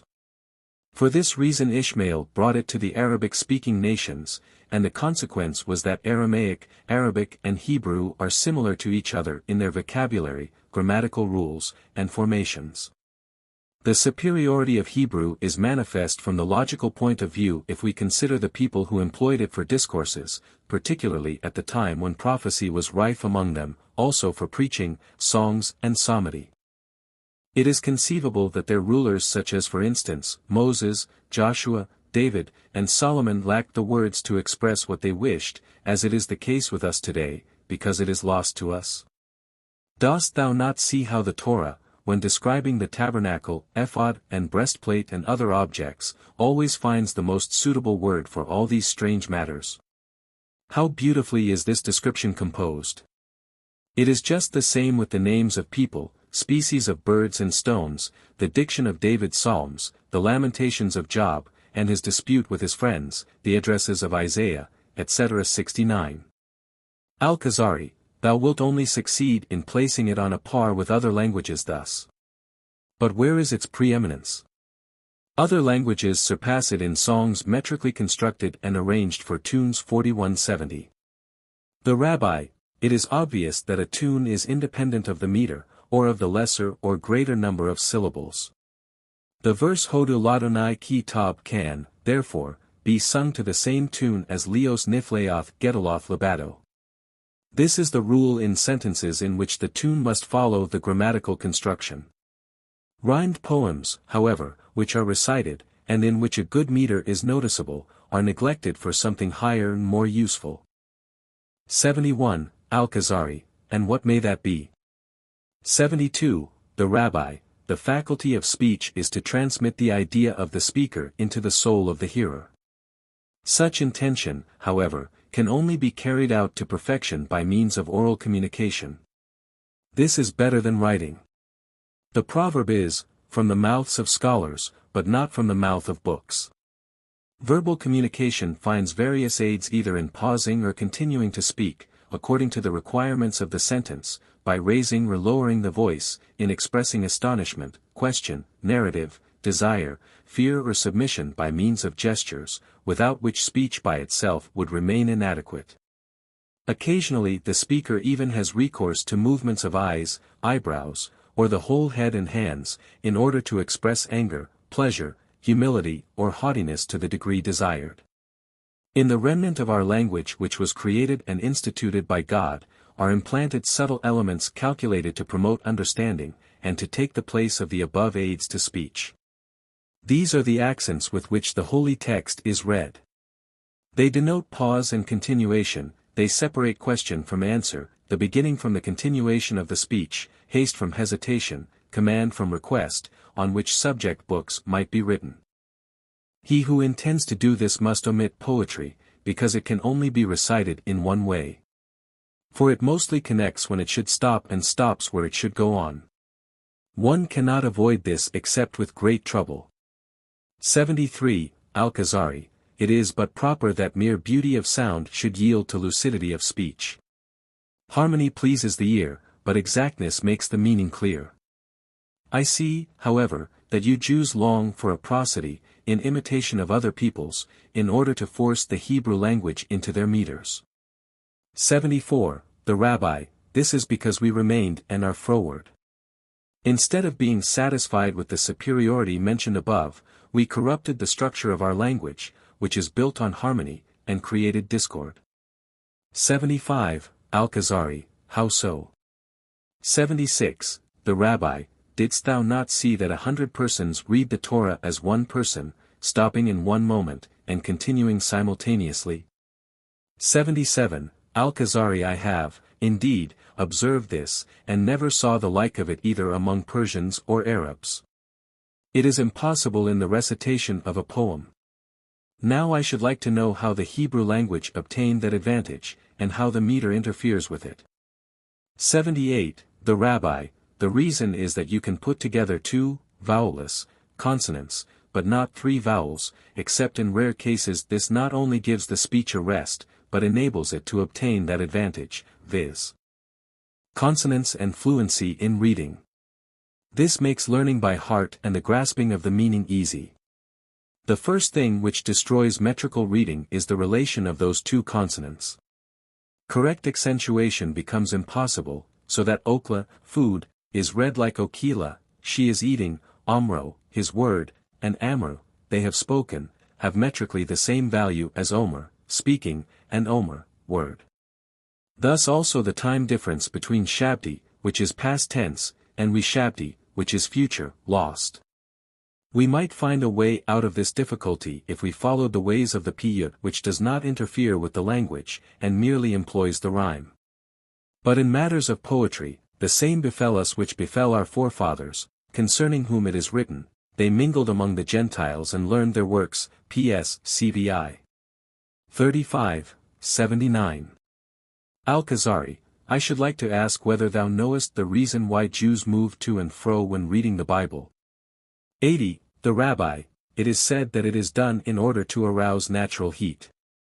My personal belief is that it stands in connection with the subject under discussion. As it often happened that many persons read at the same time, it was possible that 10 or more read from one volume. This is the reason why our books are so large. Each of them was obliged to bend down in his turn in order to read a passage, and to turn back again. This resulted in a continual bending and sitting up, the book lying on the ground. This was one reason. Then it became a habit through constant seeing, observing and imitating, which is in man's nature. Other people read each out of his own book, either bringing it near to his eyes, or, if he pleased, bending down to it without inconveniencing his neighbor. There was, therefore, no necessity of bending and sitting up. We will now discuss the importance of the accents, the orthographic value of the 7 principal vowel signs, the grammatical accuracy resulting from them as well as from the distinction between kmi, pada, r and sigol. They influence the meaning of grammatical forms and assist in distinguishing between past and future tenses, e.g., n, is, li 2, and gen 27, 33, or between a verb and an adjective, e.g., n, between the interrogative ha and the article, as in, ekl 3. 21, and other cases. The euphony and structure of speech is increased by the sequence of 2 vowelless consonants, which enables a whole congregation to read Hebrew simultaneously without mistakes. Other rules apply to the musical accents. For the vowel sounds are divided in Hebrew into three classes, viz. U sound, A sound, and I sound, or in another division, great U sound, or Kmi, medium U sound, or Lem, little U sound, or Shurek, great A sound, or Pata, little A sound or Seagull, great I sound or Seer, little I sound, or Rek. Shua is sounded with all these vowels, under certain conditions. It is vowel absolute, because any addition would require a vowelless consonant to follow.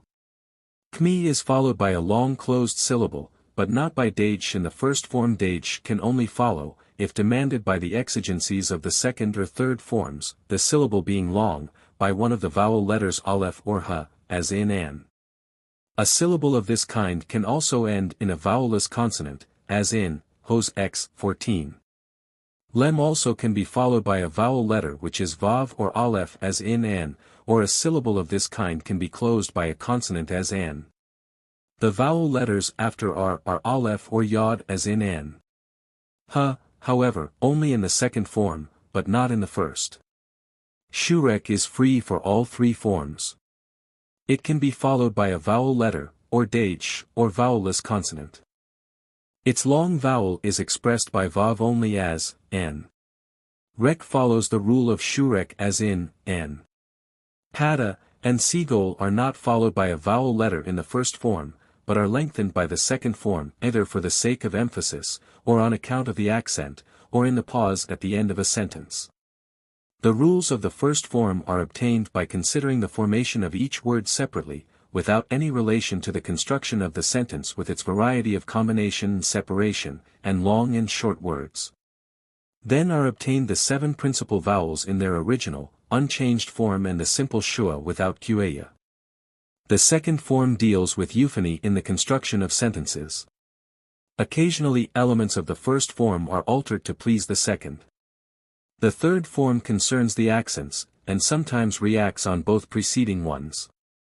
In the first form 3 consecutive vowels without an intervening consonant or Dage are possible, but 3, or more, short vowels may follow each other as in Arabic. This, however, is impossible in the second form.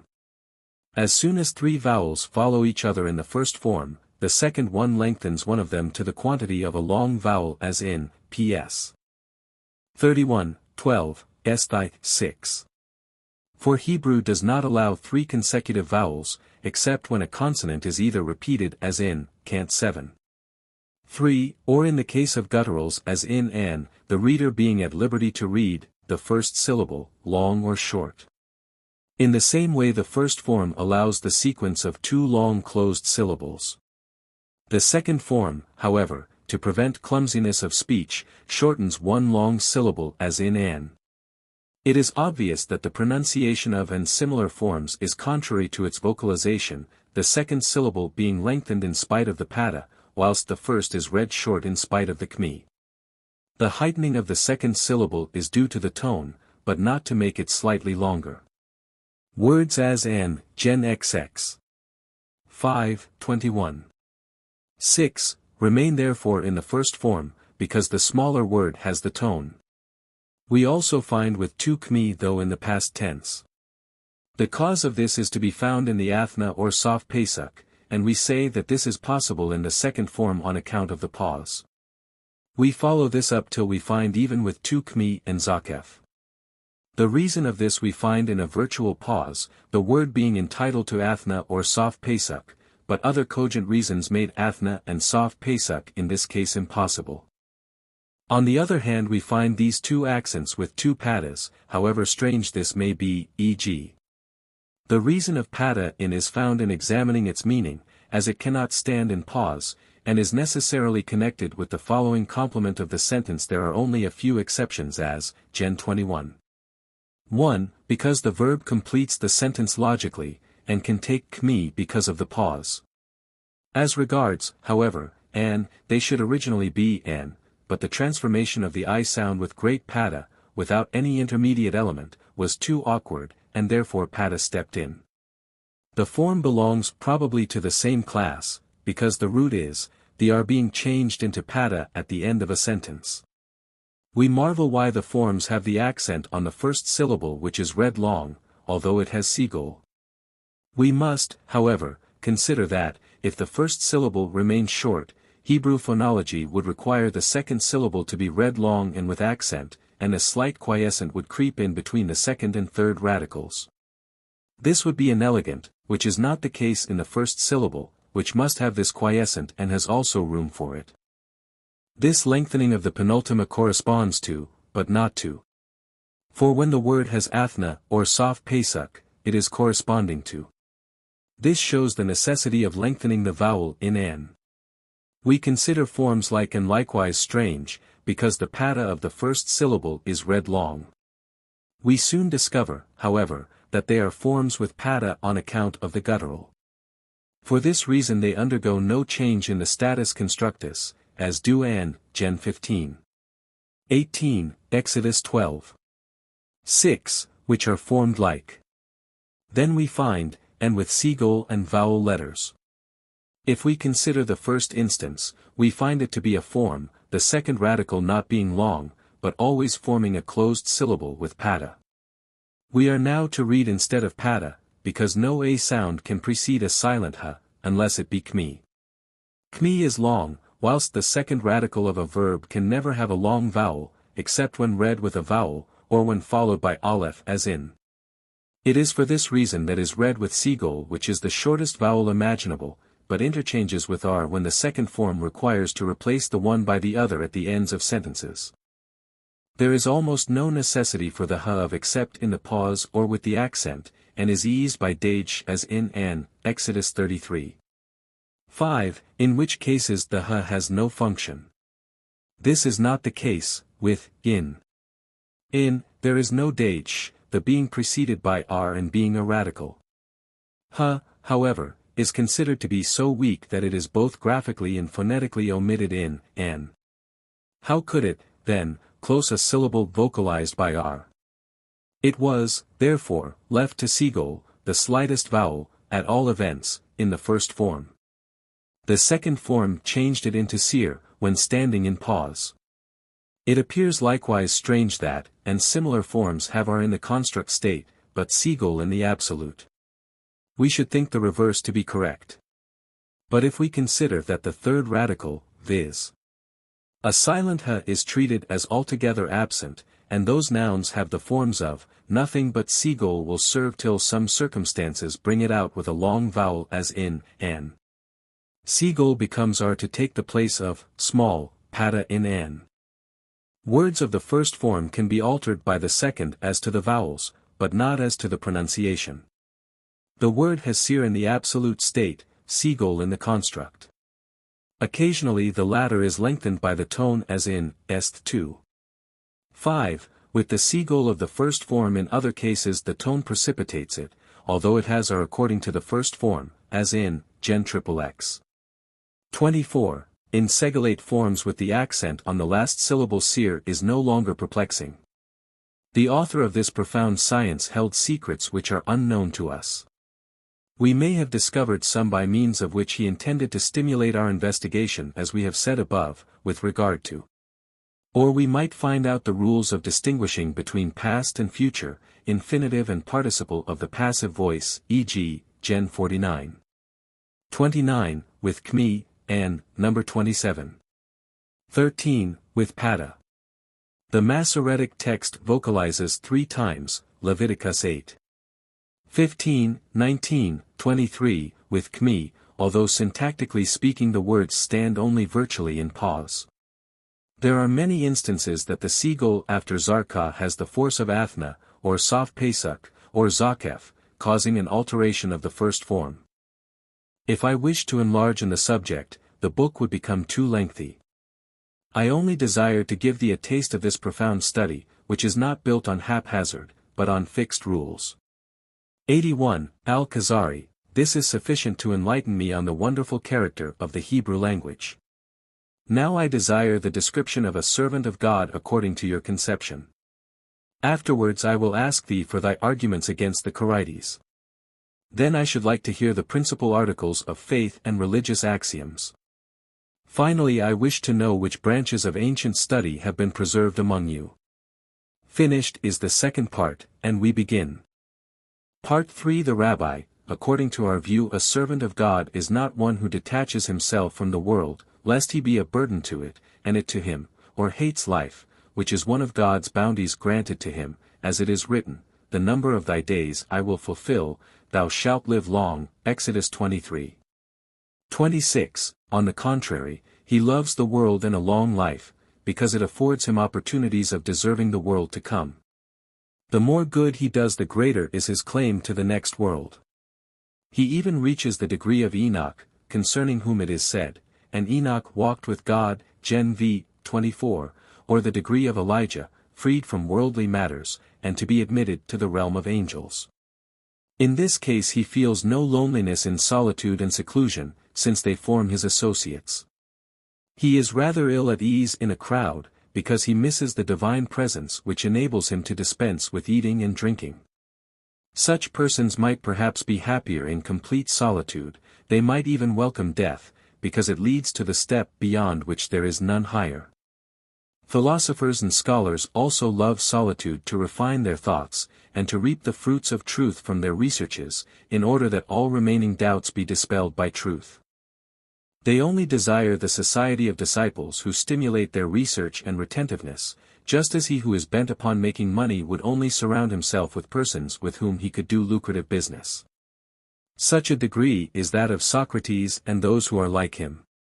There is no one nowadays who feels tempted to strive for such a degree, but when the divine presence was still in the Holy Land among the people capable of prophecy, some few persons lived an ascetic life in deserts and associated with people of the same frame of mind.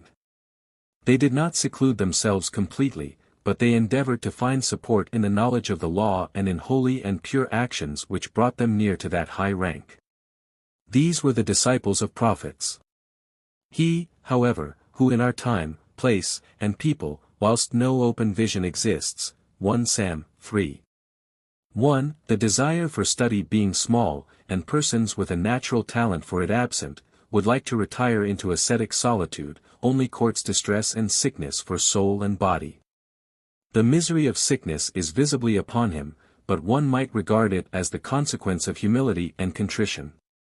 He considers himself in prison as it were, and despairs of life from disgust of his prison and pain, but not because he enjoys his seclusion. How could it be otherwise? He has no intercourse with the divine light, and cannot associate himself with it as the prophets. He lacks the necessary learning to be absorbed in it and to enjoy it, as the philosophers did, all the rest of his life. Suppose he is God-fearing, righteous, desires to meet his God in solitude, standing, humbly and contritely, reciting as many prayers and supplications as he possibly can remember, all this affords him satisfaction for a few days as long as it is new. Words frequently repeated by the tongue lose their influence on the soul, and he cannot give to the latter humbleness or submission.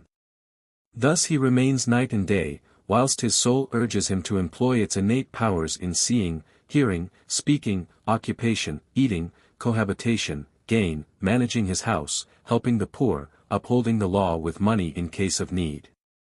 Must he not regret those things to which he has tied his soul, a regret which tends to remove him from the divine influence, which he desired to approach? 2. Al Khazari, give me a description of the doings of one of your pious men at the present time. 3. The Rabbi, a pious man is, so to speak, the guardian of his country, who gives to its inhabitants provisions and all they need. He is so just that he wrongs no one, nor does he grant anyone more than his due. Then, when he requires them, he finds them obedient to his call. He orders, they execute, he forbids, they abstain. 4. Al Khazari, I ask thee concerning a pious man, not a prince. 5. The Rabbi, the pious man is nothing but a prince who is obeyed by his senses, and by his mental as well as his physical faculties, which he governs corporeally, as it is written, he that ruleth his spirit, is better, than he that taketh a city, Prov 16.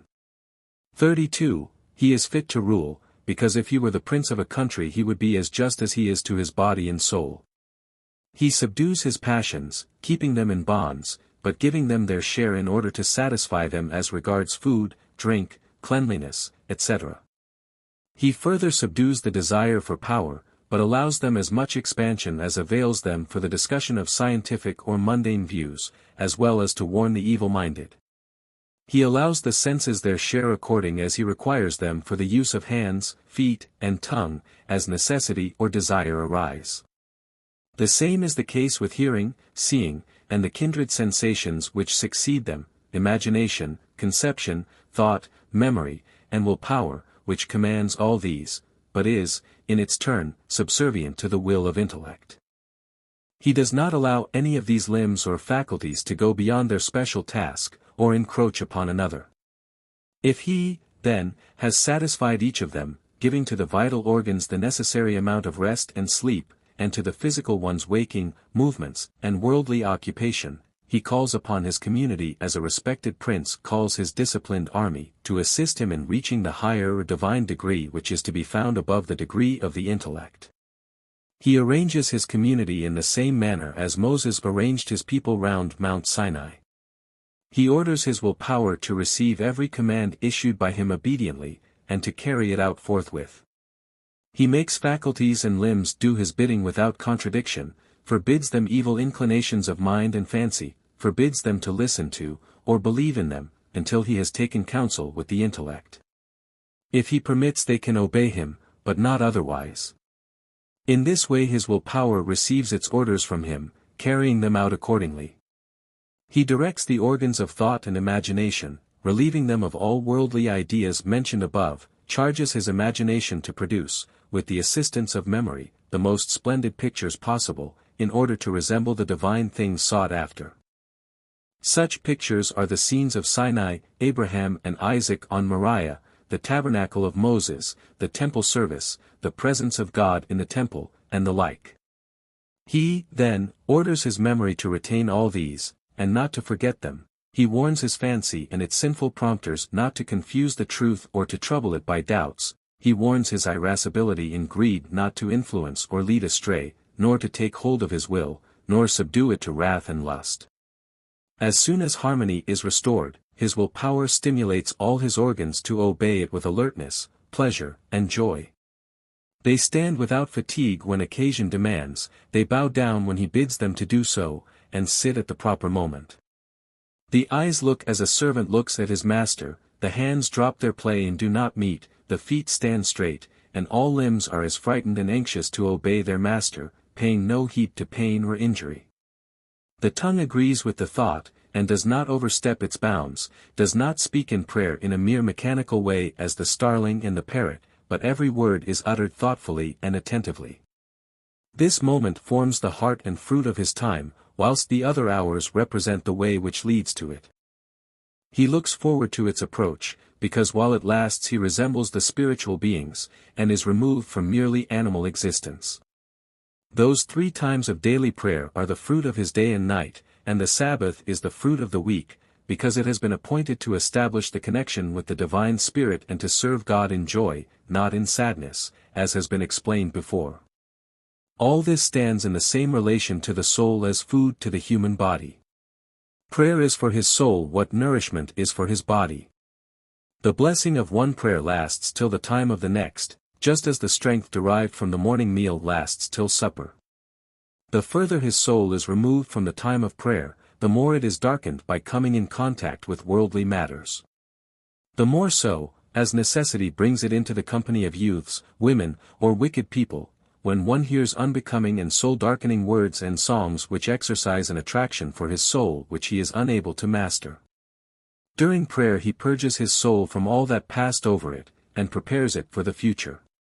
According to this arrangement there elapses not a single week in which both his soul and body do not receive preparation. Darkening elements having increased during the week, they cannot be cleansed except by consecrating one day to service and to physical rest. The body repairs on the Sabbath the waste suffered during the 6 days, and prepares itself for the work to come, whilst the soul remembers its own loss through the body's companionship. He cures himself, so to speak, from a past illness, and provides himself with a remedy to ward off any future sickness. This is almost the same as Job did with his children every week, as it is written, "It may be that my sons have sinned," Job 5. He, then, provides himself with a monthly cure, which is the season of atonement for all that happened during this period, viz. the duration of the month, and the daily events, as it is written, "Thou knowest not what a day may bring forth," Prov 27. 1. He further attends the 3 festivals and the great fast day, on which some of his sins are atoned for, and on which he endeavors to make up for what he may have missed on the days of those weekly and monthly circles. His soul frees itself from the whisperings of imagination, wrath, and lust, and neither in thought or deed gives them any attention. Although his soul is unable to atone for sinful thoughts, the result of songs, tales, etc. heard in youth, and which cling to memory, it cleanses itself from real sins, confesses repentance for the former, and undertakes to allow them no more to escape his tongue, much less to put them into practice, as it is written, "I am purposed that my mouth shall not transgress," PS 17. 3. The fast of this day is such as brings one near to the angels, because it is spent in humility and contrition, standing, kneeling, praising and singing. All his physical faculties are denied their natural requirements, being entirely abandoned to religious service, as if the animal element had disappeared. The fast of a pious man is such that eye, ear, and tongue share in it, that he regards nothing except that which brings him near to God.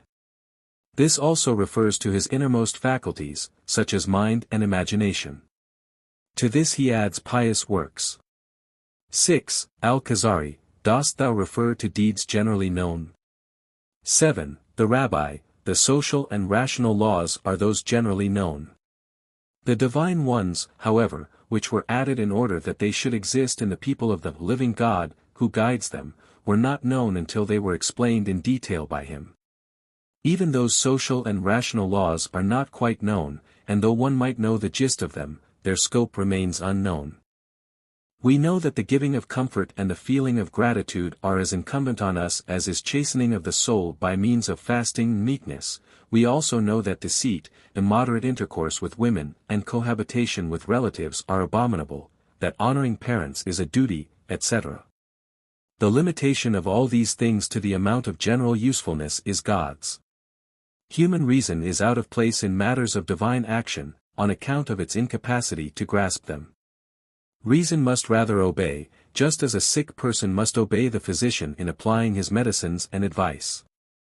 Consider how little circumcision has to do with philosophy, and how small is its social influence.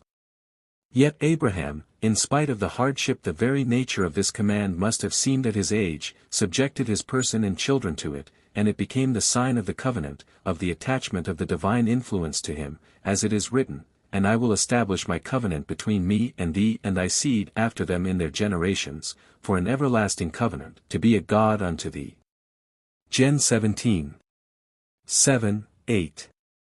Al-Khazari, you accepted this command in a proper manner indeed, and you perform it publicly with the greatest zeal and readiness, praising it and expressing its root and origin in the formula of blessing. Other nations may desire to imitate you, but they only have the pain without the joy, which can only be felt by him who remembers the cause for which he bears the pain. 9. The Rabbi, even in other instances of imitation no people can equal us at all. Look at the others who appointed a day of rest in the place of Sabbath.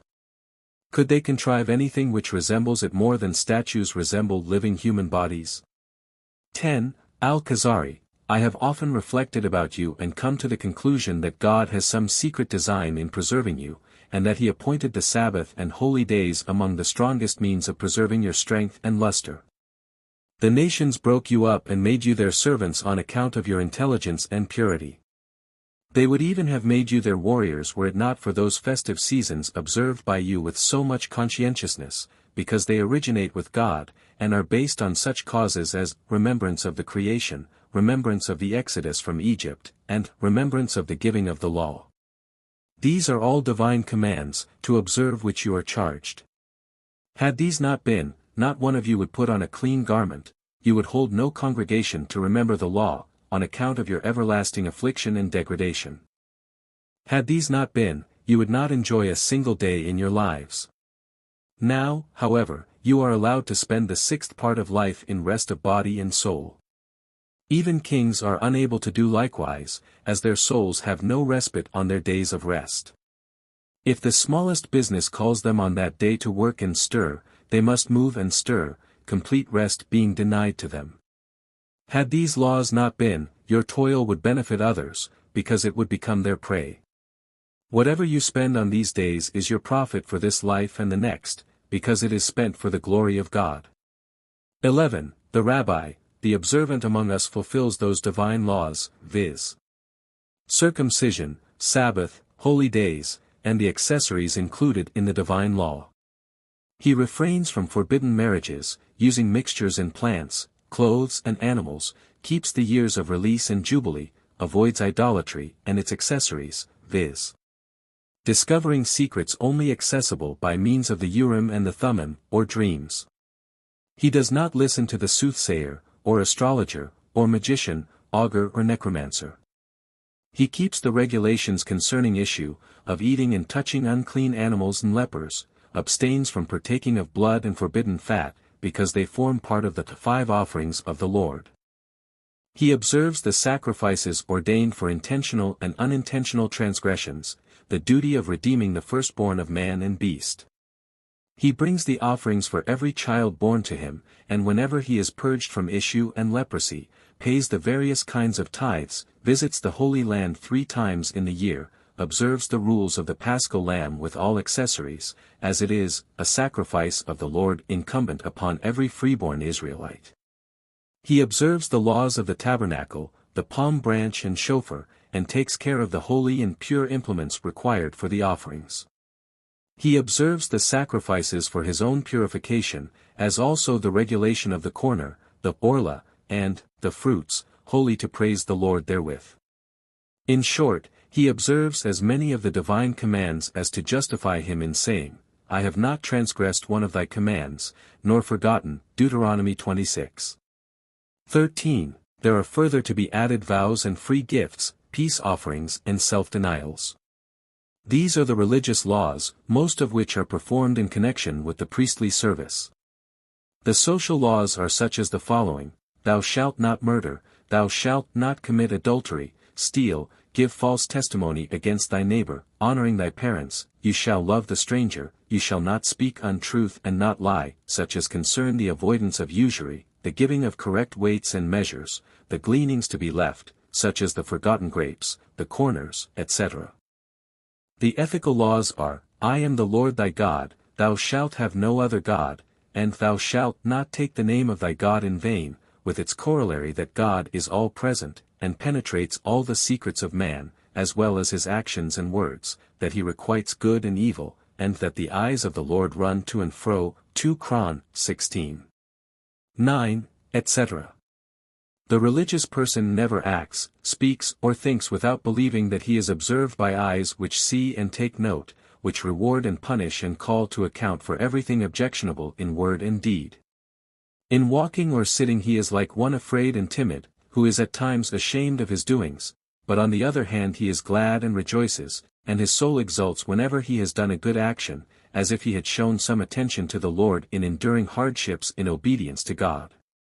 Altogether he believes in and bears in mind the following words: Consider 3 things, and thou wilt commit no sin, understand what is above thee, an all-seeing eye and a hearing ear, and all thine actions are written in a book, Abath. 2:1. He further recalls the convincing proof adduced by David: He that planted the ear, shall he not hear? He that formed the eye, shall he not see? P.S. 94:9. There is also the psalm beginning, O Lord, thou hast searched me and knowest me, P.S. Xiv. When reading it, he remembers that all his limbs are placed with consummate wisdom, in proper order and proportion. He sees how they obey his will, though he know not which part of them should move. If, for example, he wishes to rise, he finds that his limbs have, like obedient helpers, raised his body, although he does not even know the nature of these limbs.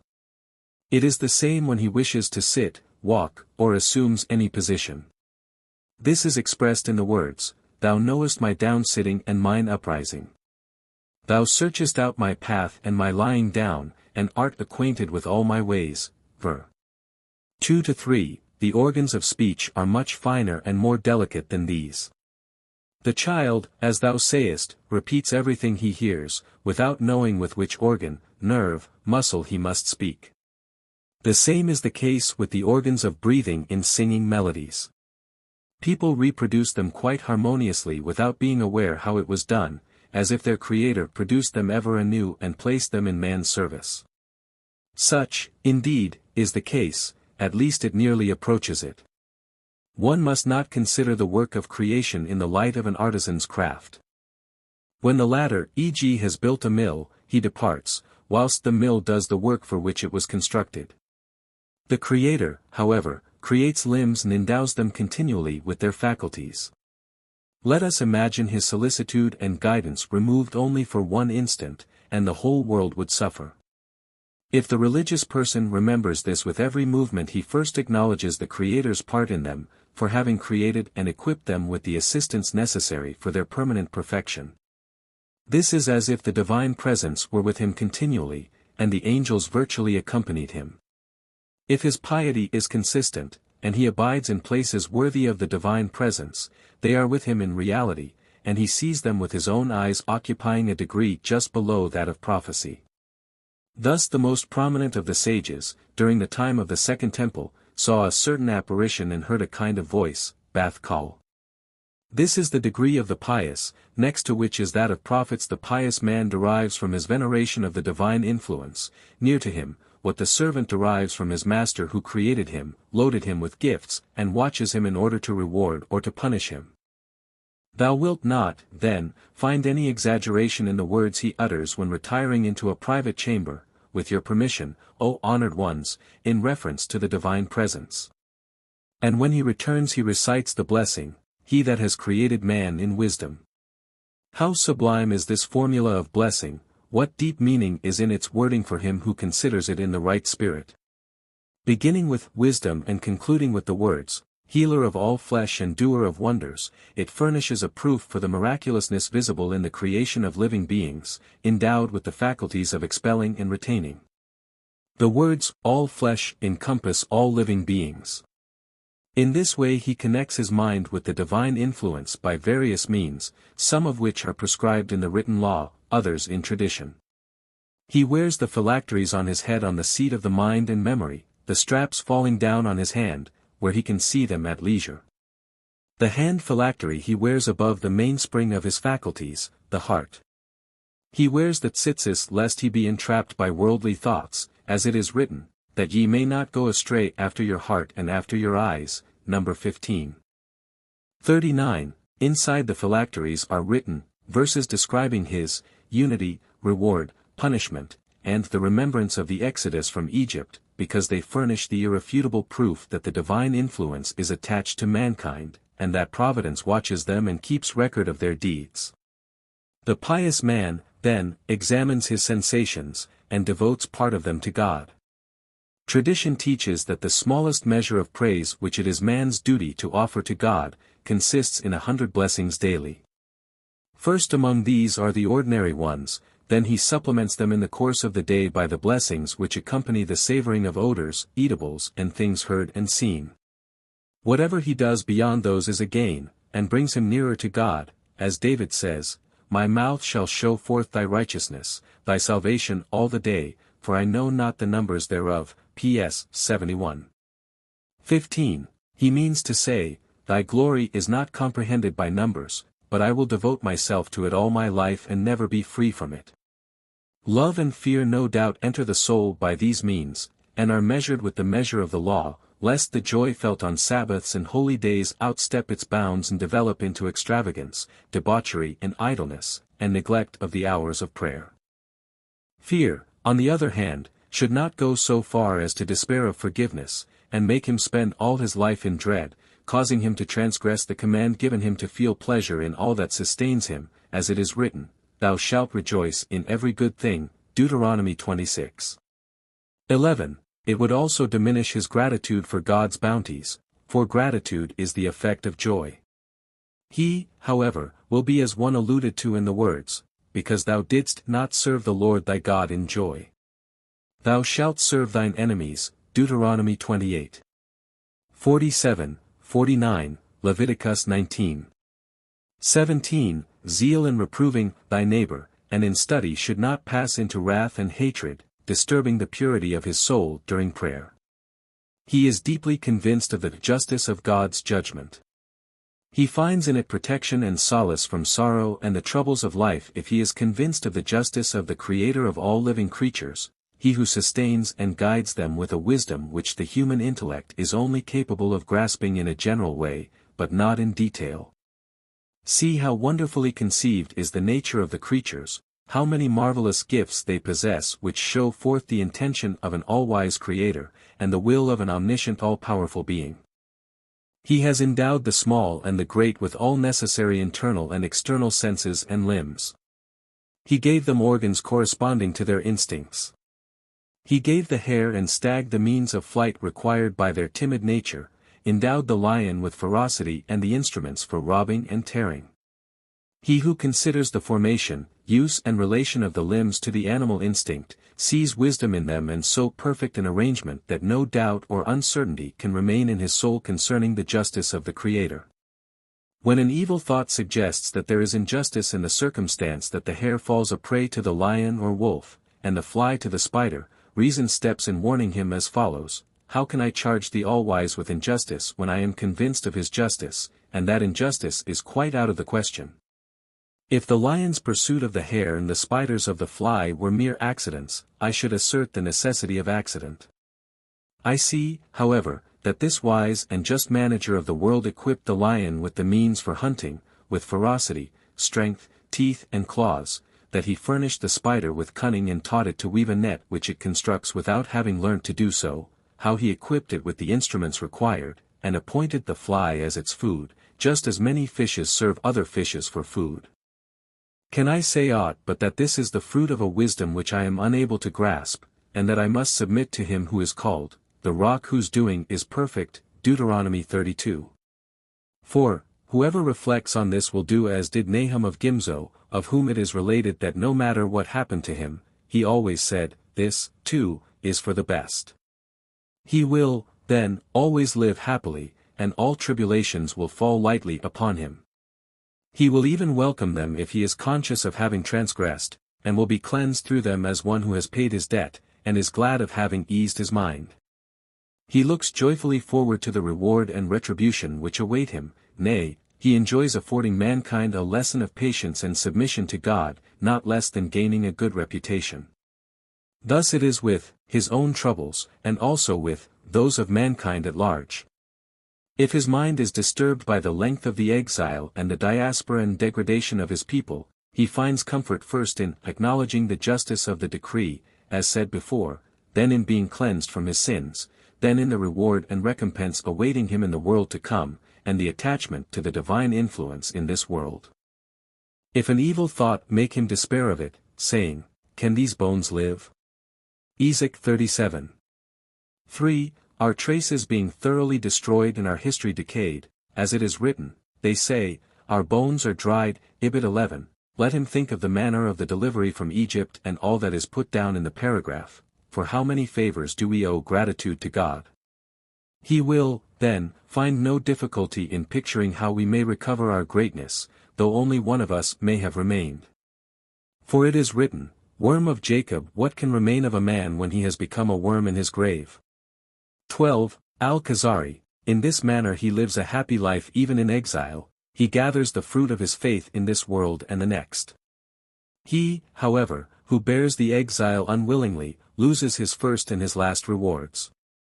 13. The Rabbi, his pleasure is strengthened and, can these bones live, enhanced by the duty of saying blessings over everything he enjoys or which happens to him in this world. 14. Al Khazari, how can that be, are not the blessings an additional burden? 15. The Rabbi, is it not beseeming that a perfect man should find more pleasure in that which he partakes than a child or an animal, even as an animal enjoys it more than does a plant though the latter is continually taking nourishment? 16. Al Khazari, This is so because he is favored with the consciousness of enjoyment. If a drunken person were given all he desires, whilst being completely intoxicated, he would eat and drink, hear songs, meet his friends, and embrace his beloved. But if told of it when sober, he would regret it and regard it as a loss rather than a gain, since he had all these enjoyments whilst he was incapable of appreciating them. 17. The rabbi, preparing for a pleasure, experiencing it and looking forward to it, double the feeling of enjoyment. This is the advantage of the blessings for him who is used to say them with attention and devotion. They produce in his soul a kind of pleasure and gratitude towards the giver. He was prepared to give them up, now his pleasure is all the greater, and he says, He has kept us alive and preserved us. He was prepared for death, now he feels gratitude for life, and regards it as gain.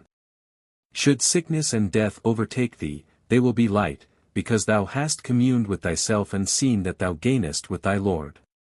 According to thy nature thou art well fitted to abjure enjoyment, since thou art dust. Now he has presented thee with life and desire, thou art grateful to him. If he takes them away, thou sayest, The Lord has given, the Lord has taken. Job 21. Thus thy whole life is one enjoyment. Whoever is unable to pursue such a course, consider not his pleasure a human pleasure, but a brutish one, which he does not perceive, any more than the drunkard alluded to above. The godly person fully grasps the meaning of each blessing, and knows its purpose in every connection. The blessing, he who created the lights, places before his eye the order of the upper world, the greatness of the heavenly bodies and their usefulness, that in the eyes of their Creator they are no greater than worms, though they appear to us immense on account of the profit we derive from them. The proof that he is their Creator may be found in the circumstance already mentioned, that his wisdom and power observable in the creation of the ant and bee is not less than in that of the sun and its sphere. The traces of this providence and wisdom are finer and more wonderful in the ant and bee, because, in spite of their minuteness, he put faculties and organs into them. This he bears in mind lest the light appear to him too great, and an evil genius lead him to adopt some views of worshippers of spirits, and make him believe that the sun and moon are able to help or injure independently, whilst they can only assist to do so indirectly, like the wind and fire. It is written, If I behold the sun when it shines. And my heart has been secretly enticed, Job 31. 26, 27. At the blessing beginning, with eternal love, he, in a similar manner, bears in mind the attachment of the divine influence to the community which was prepared to receive it, as a smooth mirror receives the light, and that the law is the outcome of his will in order to establish his sway on earth, as it is in heaven. His wisdom did not demand of him to create angels on earth, but mortals of flesh and blood, in whom natural gifts and certain characteristics prevail according to favorable or unfavorable influences, as this is explained in the Book of Creation. Whenever some few, or a whole community, are sufficiently pure, the divine light rests on them and guides in an incomprehensible and miraculous manner which is quite outside the ordinary course of the natural world. This is called love and joy. The divine influence, however, found next to the stars and spheres none who accepted his commands and who adhered to the course he had dictated, with the exception of a few between Adam and Jacob. When they had become a people, the divine influence rested upon them out of love, in order to be a God unto them. In the desert he arranged them in the manner of the sphere in 4 standards, corresponding to the 4 quarters of the sphere, and in 12 tribes, corresponding to the 12 signs of the zodiac, the camp of the Levites being in the center, just as it is stated in the Book of Creation. The holy temple is exactly in the center, but God carries them all. All this points to love, for the sake of which the blessing is recited. In the reading of the Shema, which then follows, he accepts the obligations of the law, as in the piece beginning true and certain, which expresses the firm resolution to observe the Torah. This is as if, after having clearly and unmistakably imbibed all that preceded, he binds his soul and testifies that the children should submit to the law forever, just as the forefathers had done, according to the words, upon our fathers, and upon us, and our children and our coming generations. A good word, firmly established, that never passes away. To this he attaches these articles of creed which complete the Jewish belief, viz. The recognition of God's sovereignty, his eternity, and the providential care which he bestowed on our forefathers, that the Torah emanated from him, and that the proof for all this is to be found in the delivery from Egypt. This is alluded to in the words, "It is true that thou art the Lord our God, truly from everlasting is thy name. The help of our fathers. From Egypt didst thou redeem us." He who unites all this in pure thought is a true Israelite and worthy of aspiring to the divine influence which among all nations was exclusively connected with the children of Israel. He finds no difficulty in standing before the divine presence, and he receives an answer as often as he asks. The prayer of the 18 benedictions must follow the blessing, "He has redeemed Israel," immediately and promptly, standing upright for this prayer in the condition described previously, when we discussed the blessings which relate to the whole Israelitish nation. Prayers of more individual character are voluntary and not incumbent, and they have their place in the paragraph ending, "He who hears the prayer." In the first paragraph, entitled, "Fathers," the worshipper remembers the piety of the patriarchs, the establishment of the covenant with them on the part of God for all times, which never ceases, as is expressed in the words, "He brings the Redeemer to their children's children." The second blessing, known as "Mighty Deeds," teaches that God's is the eternal rule of the world, not however, as natural philosophers assert, that this is done by natural and empirical means. The worshipper is further reminded that he revives the dead whenever he desires, however far this may be removed from the speculation of natural philosophers. Similar ideas prevail in the words, "He causes the wind to blow, and the rain to descend.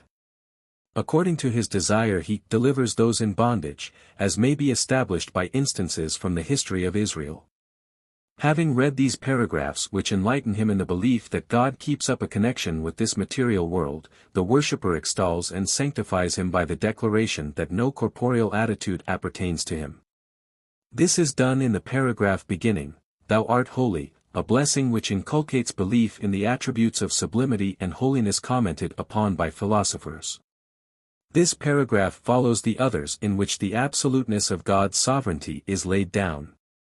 They convince us that we have a king and lawgiver, and without them we had lived in doubt, the theories of philosophers and materialists. The paragraphs of "Fathers" and "Mighty Deeds" must therefore precede that of the "Sanctification of God." After this the worshipper begins to pray for the wants of the whole of Israel, and it is not permissible to insert other prayers except in the place of voluntary supplications. A prayer, in order to be heard, must be recited for a multitude, or in a multitude or, for an individual who could take the place of a multitude. None such, however, is to be found in our age. 18. Al Khazari, why is this? If every one read his prayers for himself, would not his soul be purer and his mind less abstracted? 19. The Rabbi, common prayer has many advantages. In the first instance a community will never pray for a thing which is hurtful for the individual, whilst the latter sometimes prays for something, to the disadvantage of other individuals, or some of them may pray for something, that is to his disadvantage. One of the conditions of prayer, craving to be heard, is that its object be profitable to the world, but not hurtful in any way. Another is that an individual rarely accomplishes his prayer without slips and errors. It has been laid down, therefore, that the individual recite the prayers of a community, and if possible in a community of not less than 10 persons, so that one makes up for the forgetfulness or error of the other. In this way, a complete prayer is gained, read with unalloyed devotion. Its blessing rests on everyone, each receiving his portion. For the divine influence is as the rain which waters an area, if deserving of it, and includes some smaller portion which does not deserve it, but shares the general abundance. On the other hand, the rain is withheld from an area which does not deserve it, although some portion is included which did deserve it, but suffers with the majority. This is how God governs the world. He reserves the reward of every individual for the world to come, but in this world he gives him the best compensation, granting salvation in contradiction to his neighbors. There are but few who completely escape the general retribution. A person who prays but for himself is like him who retires alone into his house, refusing to assist his fellow citizens in the repair of their walls. His expenditure is as great as his risk. He, however, who joins the majority spends little, yet remains in safety, because one replaces the defects of the other. The city is in the best possible condition, all its inhabitants enjoying its prosperity with but little expenditure, which all share alike. In a similar manner, Plato styles that which is expended on behalf of the law, the portion of the whole. If the individual, however, neglects this portion of the whole, which is the basis of the welfare of the commonwealth of which he forms a part, in the belief that he does better in spending it on himself, sins against the commonwealth, and more against himself. For the relation of the individual is as the relation of the single limb to the body. Should the arm, in case bleeding is required, refuse its blood, the whole body, the arm included, would suffer. It is, however, the duty of the individual to bear hardships or even death, for the sake of the welfare of the commonwealth. He must particularly be careful to contribute his portion of the whole, without fail. Since ordinary speculation did not institute this, God prescribed it in tithes, gifts, and offerings, etc., as a portion of the whole of worldly property. Among actions this is represented by Sabbath, holy days, years of release and jubilee and similar institutions. Among words it is prayers, blessings, and thanksgivings. Among abstract things it is love, fear and joy. The first place, of the second group of blessings, is very appropriately given to the prayer for intelligence and enlightenment to obey God. Man prays to be brought near to his Master. He, therefore, says first, Thou graciously givest reason to man, which is immediately followed by, He who takes delight in repentance. Thus wisdom, knowledge and intelligence move in the path of the law and worship in the words, Restore us, O our Father, to thy law. Since mortal man cannot help sinning, a prayer is required for forgiveness of transgressions in thought and deed. This is done in the formula ending, the merciful who forgiveth much. To this paragraph he adds the result and sign of forgiveness, viz. The redemption from our present condition. He begins, Behold our misery, and concludes, Redeemer of Israel. After this he prays for the health of body and soul, and for the bestowal of food to keep up the strength in the blessing of the years. Then he prays for the reunion of the scattered, in the paragraph ending, He who gathers together the scattered of his people of the house of Israel. With this is connected the reappearance of justice and restoration of the former condition, of the people, in the words, Rule over us thou alone. He, then, prays against evil and the destruction of the thorns in the paragraph of the heretics. This is followed by the prayer for the preservation of the pure essence in the just. He, then, prays for the return to Jerusalem, which again is to form the seat of the divine influence, and with this is connected the prayer concerning the Messiah, the Son of David. This concludes all worldly wants. He now prays for the acceptance of his prayer, as well as for the visible revelation of the Shekinah, just as appeared to the prophets, pious, and those who were delivered from Egypt, in the paragraph ending, O thou who hearest prayer. Then he prays, Let mine eye behold, and concludes, He who restores his Shekinah to Zion. He imagines the Shekinah standing opposite to him and bows down with the words, We give thanks, which contain the acknowledgement and gratitude for God's mercy. The whole concludes with the paragraph, He mocketh peace, in order to take leave from the Shekinah in peace. 20. Al Khazari, There is nothing to criticize, as I see how settled and circumspect all these arrangements are. There was one point to be mentioned, viz. That your prayers say so little of the world to come. But thou hast already proved to me that he who prays for attachment to the divine light, and the faculty of seeing it with his own eyes in this world, and who, nearly approaching the rank of prophets, is thus engaged in prayer, and nothing can bring man nearer to God than this, has without doubt prayed for more than the world to come. He gains it with the other. He whose soul is in contact with the divine influence, though still exposed to the accidents and sufferings of the body, it stands to reason that it will gain a more intimate connection with the former, when it has become free and detached from this unclean vessel. 21. The Rabbi, I can explain this better to thee by a parable. A man visited the king. The latter accorded him his most intimate friendship, and permitted him to enter his presence whenever he wished. He became so familiar with the king that he invited him to his house and table. The king not only consented, but sent his noblest viziers to him and did to him what he had done to no one else. Whenever he had neglected something, or had done something wrong, and the king kept aloof from him, he only entreated him to return to his former custom, and not to forbid his viziers to come and see him.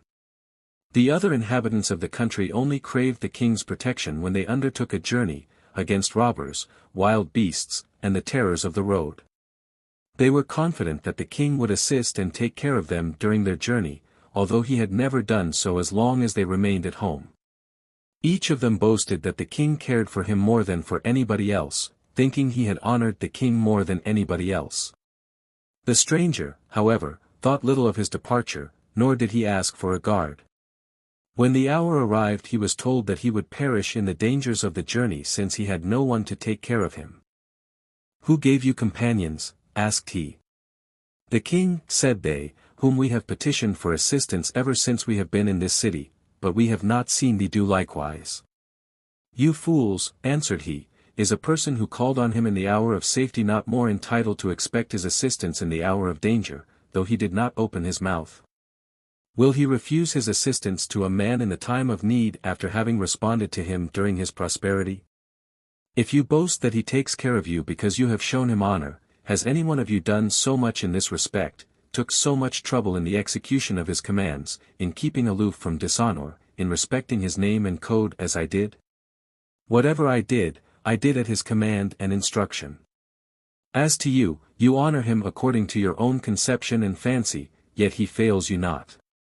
How can he, now, leave me, if I am in need, during my journey, because, trusting his justice, I did not speak to him of it as you have done?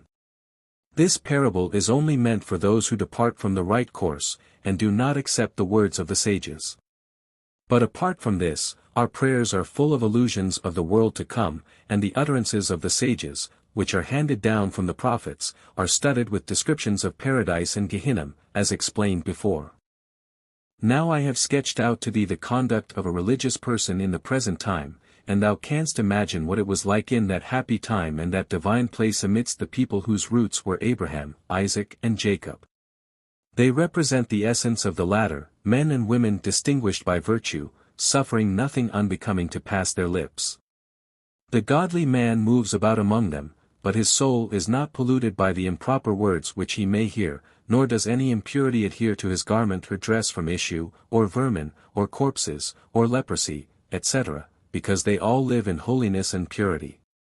This is in a greater measure the case in the land of the Shekinah, where he only meets people who occupy the degree of holiness, as priests, Levites, Nazarites, sages, prophets, judges and overseers. Or he sees a multitude that kept holiday with the voice of joy and praise, PS 42. 5. On the 3 festivals in the year. He only hears the song of the Lord, only sees the work of the Lord, particularly if he is a priest or Levite who lives on the bread of the Lord and, like Samuel, lives in the house of the Lord from his infancy. He need not seek any livelihood, as his whole life is devoted to the service of the Lord. How does his work and the purity and excellence of his soul appear to thee? 22. Al Khazari. This is the highest degree, above which there is none but the angelic one. Such a mode of life entitles man to the prophetic afflatus, particularly there where the Shekinah dwells. A religion of this kind can do without ascetic or monastic retirement. Now I request thee to give me an outline of the doctrine of the Kharites. For I see that they are much more zealous believers than the Rabbanites, and their arguments are, as I perceive, more striking and in harmony with the Torah. 23. The Rabbi, did we not state before that speculation, reasoning and fiction on the law do not lead to the pleasure of God? Otherwise dualists, materialists, worshippers of spirits, anchorites, and those who burn their children are all endeavoring to come near to God. We have, however, said that one cannot approach God except by his commands. For he knows their comprehensiveness, division, times, and places, and consequences in the fulfillment of which the pleasure of God and the connection with the divine influence are to be gained. Thus it was in the building of the tabernacle. With every item it is said, and Bezaleel made the ark, the lid, the carpets. And concerning each of them is stated, just as the Lord had commanded Moses. This means neither too much nor too little, although our speculation cannot bear on works of this kind. Finally it is said, and Moses saw the whole work, and behold they had performed it just as the Lord had commanded, thus they worked, and Moses blessed them. Exodus 39. 43. The completion of the tabernacle was followed by the descent of the Shekinah, the two conditions which form the pillars of the law having been fulfilled, viz. Firstly, that the law originated with God, secondly, that the people conformed with it in a pure mind. God commanded the building of the tabernacle, and the whole people obeyed, as it is said, of every man that giveth it willingly with his heart, shall ye take my offering, chapter 25. 2. With the greatest zeal and enthusiasm. The result was equally perfect, viz. The appearance of the Shekinah, as it is said, and I will dwell in their midst. I gave thee the example of the creation of the plant and animal, and told thee that the form which distinguishes one plant from another and one animal from another is not a natural force, but a work of God, called nature by philosophers. As a matter of fact, the powers of nature are capable of favoring such a development according to the proportion of heat and cold, moisture and dryness. One thing would, then, become a plant, another a vine, this a horse, that a lion. We are unable to determine these proportions, and could we do it, we might produce blood or milk, etc. from liquids mixed by our own calculations. We might, eventually, create living beings, endowed with the spirit of life. Or we might produce a substitute for bread from ingredients which have no nourishing powers, simply by mixing the right proportions of heat and cold, moisture and dryness, and particularly if we knew the spherical constellations and their influences which, in the opinion of astrologers, assist to bring forth of anything that is desired in this world. We have seen, however, that all alchemists and necromancers who have tried those things, have been put to shame. Do not raise the objection that these people are able to produce animals and living beings, as bees from flesh and gnats from wine. These are not the consequences of their calculations and agency, but of experiments. It was found that cohabitation was followed by the birth of a child. Man, however, does but plant the seed in the soil prepared to receive and develop it. The calculation of proportions which give the human form belongs exclusively to the Creator. In the same manner is the determination of the living people worthy to form the seed of the divine influence God's alone. This calculating and weighing must be learnt from him, but we should not reason about his word, as it is written, there is no wisdom nor understanding nor counsel against the Lord. PT.1. 30. What dost thou think we should adopt in order to become like our fathers, to imitate them, and not to speculate about the law? 24. Al Khazari. We can only accomplish this through the medium of their traditional teachings, by the support of their deeds, and by endeavoring to find one who is regarded as an authority by one generation, and capable of handing down the history of another. The latter generation, however, cannot, on account of the multitude of its individuals, be suspected of having made a general agreement to carry the law with its branches and interpretations unaltered from Moses downward either in their memories or in a volume. 25. The Rabbi, what wouldst thou think if difference were found in one or two copies? 26. Al Khazari, one must study several copies, the majority of which cannot be faulty. The minority can, then, be neglected. The same process applies to traditions. If the minority differs, we turn to the majority. 27. The Rabbi, now, what is thy opinion if in the manuscripts a letter were found which is in contrast to common sense, e.g. A with Macron D, Lam, 4. 18, where we should expect A with Macron R, and Nafshi, P.S. 24. 4, where we should read Nafsho. 28, Al Khazari, common sense would in these and other cases alter in all volumes, first the letters, then the words, then the construction, then the vowels and accents, and consequently also the sense. There are many verses to which the reader can give an opposite meaning by altering the place of any of these appositives. 29. The Rabbi, in which form did Moses leave his book to the Israelites in thy opinion? 30. Al Khazari, undoubtedly without either vowels or accents, just as our scrolls are written. There was as little agreement possible among the people on this point, as on the unleavened bread, or Passover, or other laws which were given as a remembrance of the delivery from Egypt. These laws confirm in the minds of the Israelites the historical truth of the exodus from Egypt by means of the recurring ceremonies, which could not possibly be the result of common agreement without causing contradiction. 31. The Rabbi, there is, therefore, no doubt that the book was preserved in memory with all its vowels, divisions of syllables and accents, by the priests, because they required them for the temple service, and in order to teach the people, by the kings, because they were commanded, and it shall be with him and he shall read therein all the days of his life. Deuteronomy 17. 19. The judges had to know it to enable them to give judgment, the members of the Sanhedrin, because they were warned, keep therefore and do them, for this is your wisdom and understanding. Deuteronomy 4. 6. The pious, in order to receive reward, and, finally, the hypocrites, to acquire a good name. The 7 vowels and accents were appointed as signs for forms which were regarded as Mosaic tradition. Now, how have we to judge those persons who first divided the text into verses, equipped it with vowel signs, accents, and Masoretic signs, concerning full or defective orthography, and counted the letters with such accuracy that they found out that the gimel of Ga with Macron n, Leviticus 11. 42, stood right in the middle of the Torah, and kept a record of all irregular vowels? Dost thou consider this work either superfluous or idle, or dutiful zeal? 32. Al Khazari, the latter no doubt. It was to serve as a fence round the law in order to leave no room for alterations. Moreover, it is a great science. The system of vowel signs and accents reveals an order which could only emanate from divinely instilled notions, quite out of proportion to our knowledge. It can only have been received from a community of favored ones or a single individual of the same stamp. In the latter case it must have been a prophet, or a person assisted by the divine influence. For a scholar who lacks this assistance can be challenged by another scholar to adopt his views in preference.